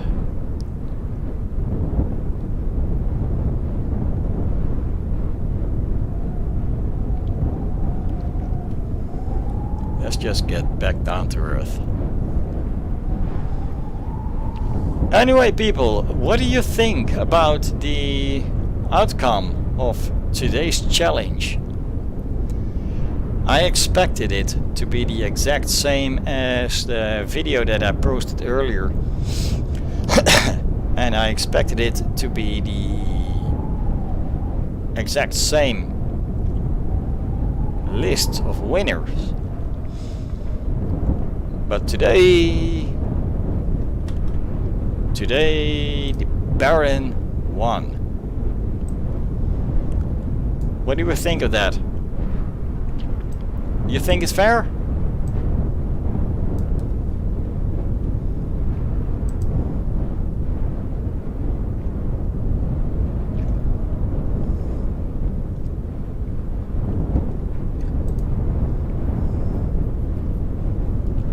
By the way, it is still a long way down, isn't it?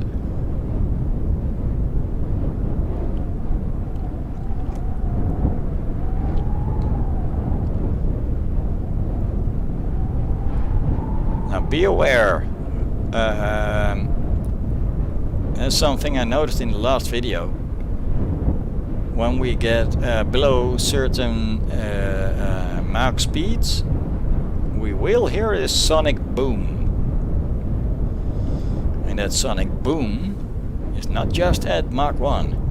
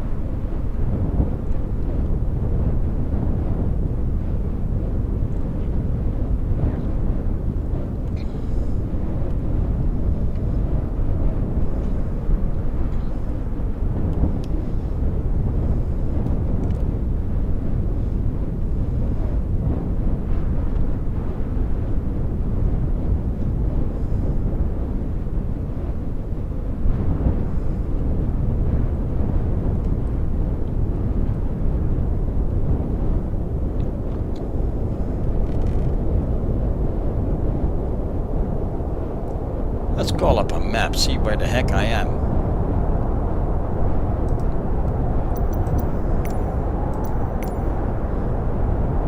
Things went quickly.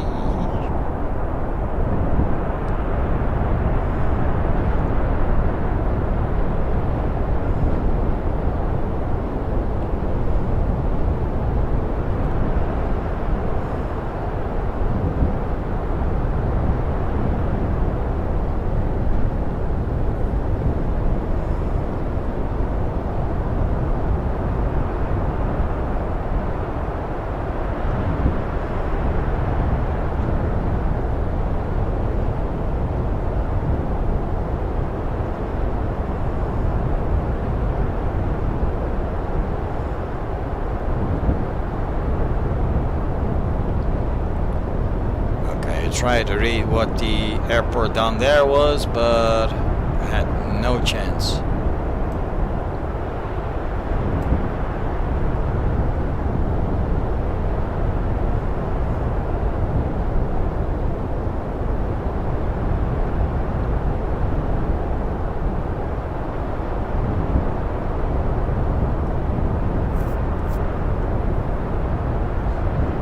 Does look desolate down there, doesn't it?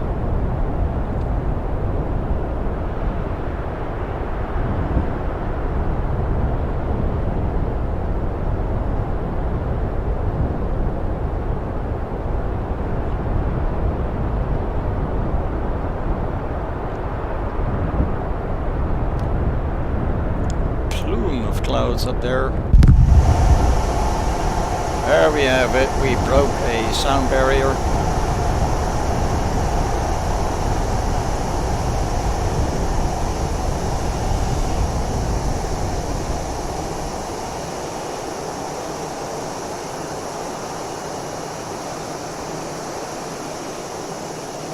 Things should calm down now on the audio systems that you all are using.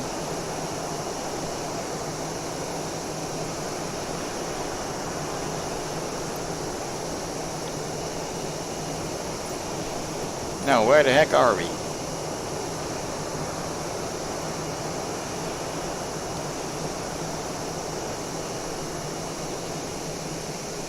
Could this be... As we were constantly flying south, could this be Africa or something? Maybe Spanish inlands? I have no idea.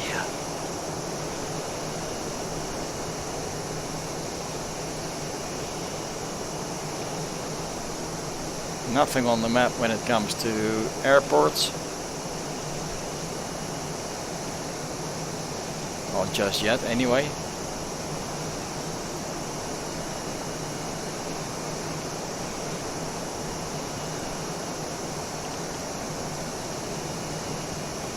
Delta Alpha Uniform Hotel.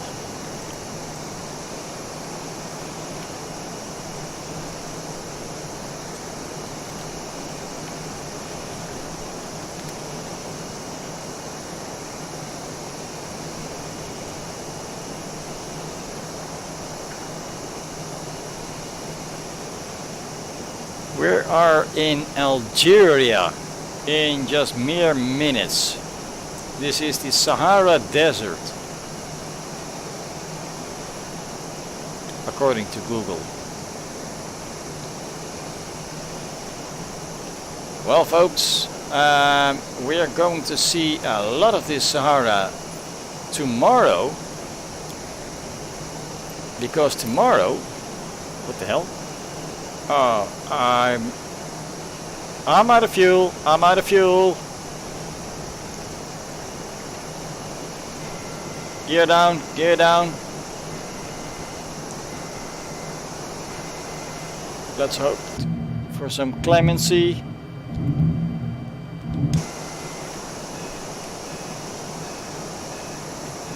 Still too fast for gear. Yeah, this is going to be another crash. I freaking hate this aircraft. Seriously, it's the last time I'm flying. Here we go. Point nose down, and we're going straight into the ground, and that's going to be the end of the video. I hate this one. I'm going back to the Cessna 172, and that is it. Booyah! Tip over, and now flip your gear out. Still doesn't want to flip the gear out. I hate this thing. So it is a sore loser, even after being disqualified for not being real. Anyway, folks, that about it is going to be also it for today. And I would like to welcome you to our regular video tomorrow, because every Sunday at noon my time I will be uploading a video about our trip with the Cessna 172 around the world. And I would like you to join that and meet up again with me tomorrow. Let's do that and leave these fictional jets alone. They need a lot of work. A lot. I hate them!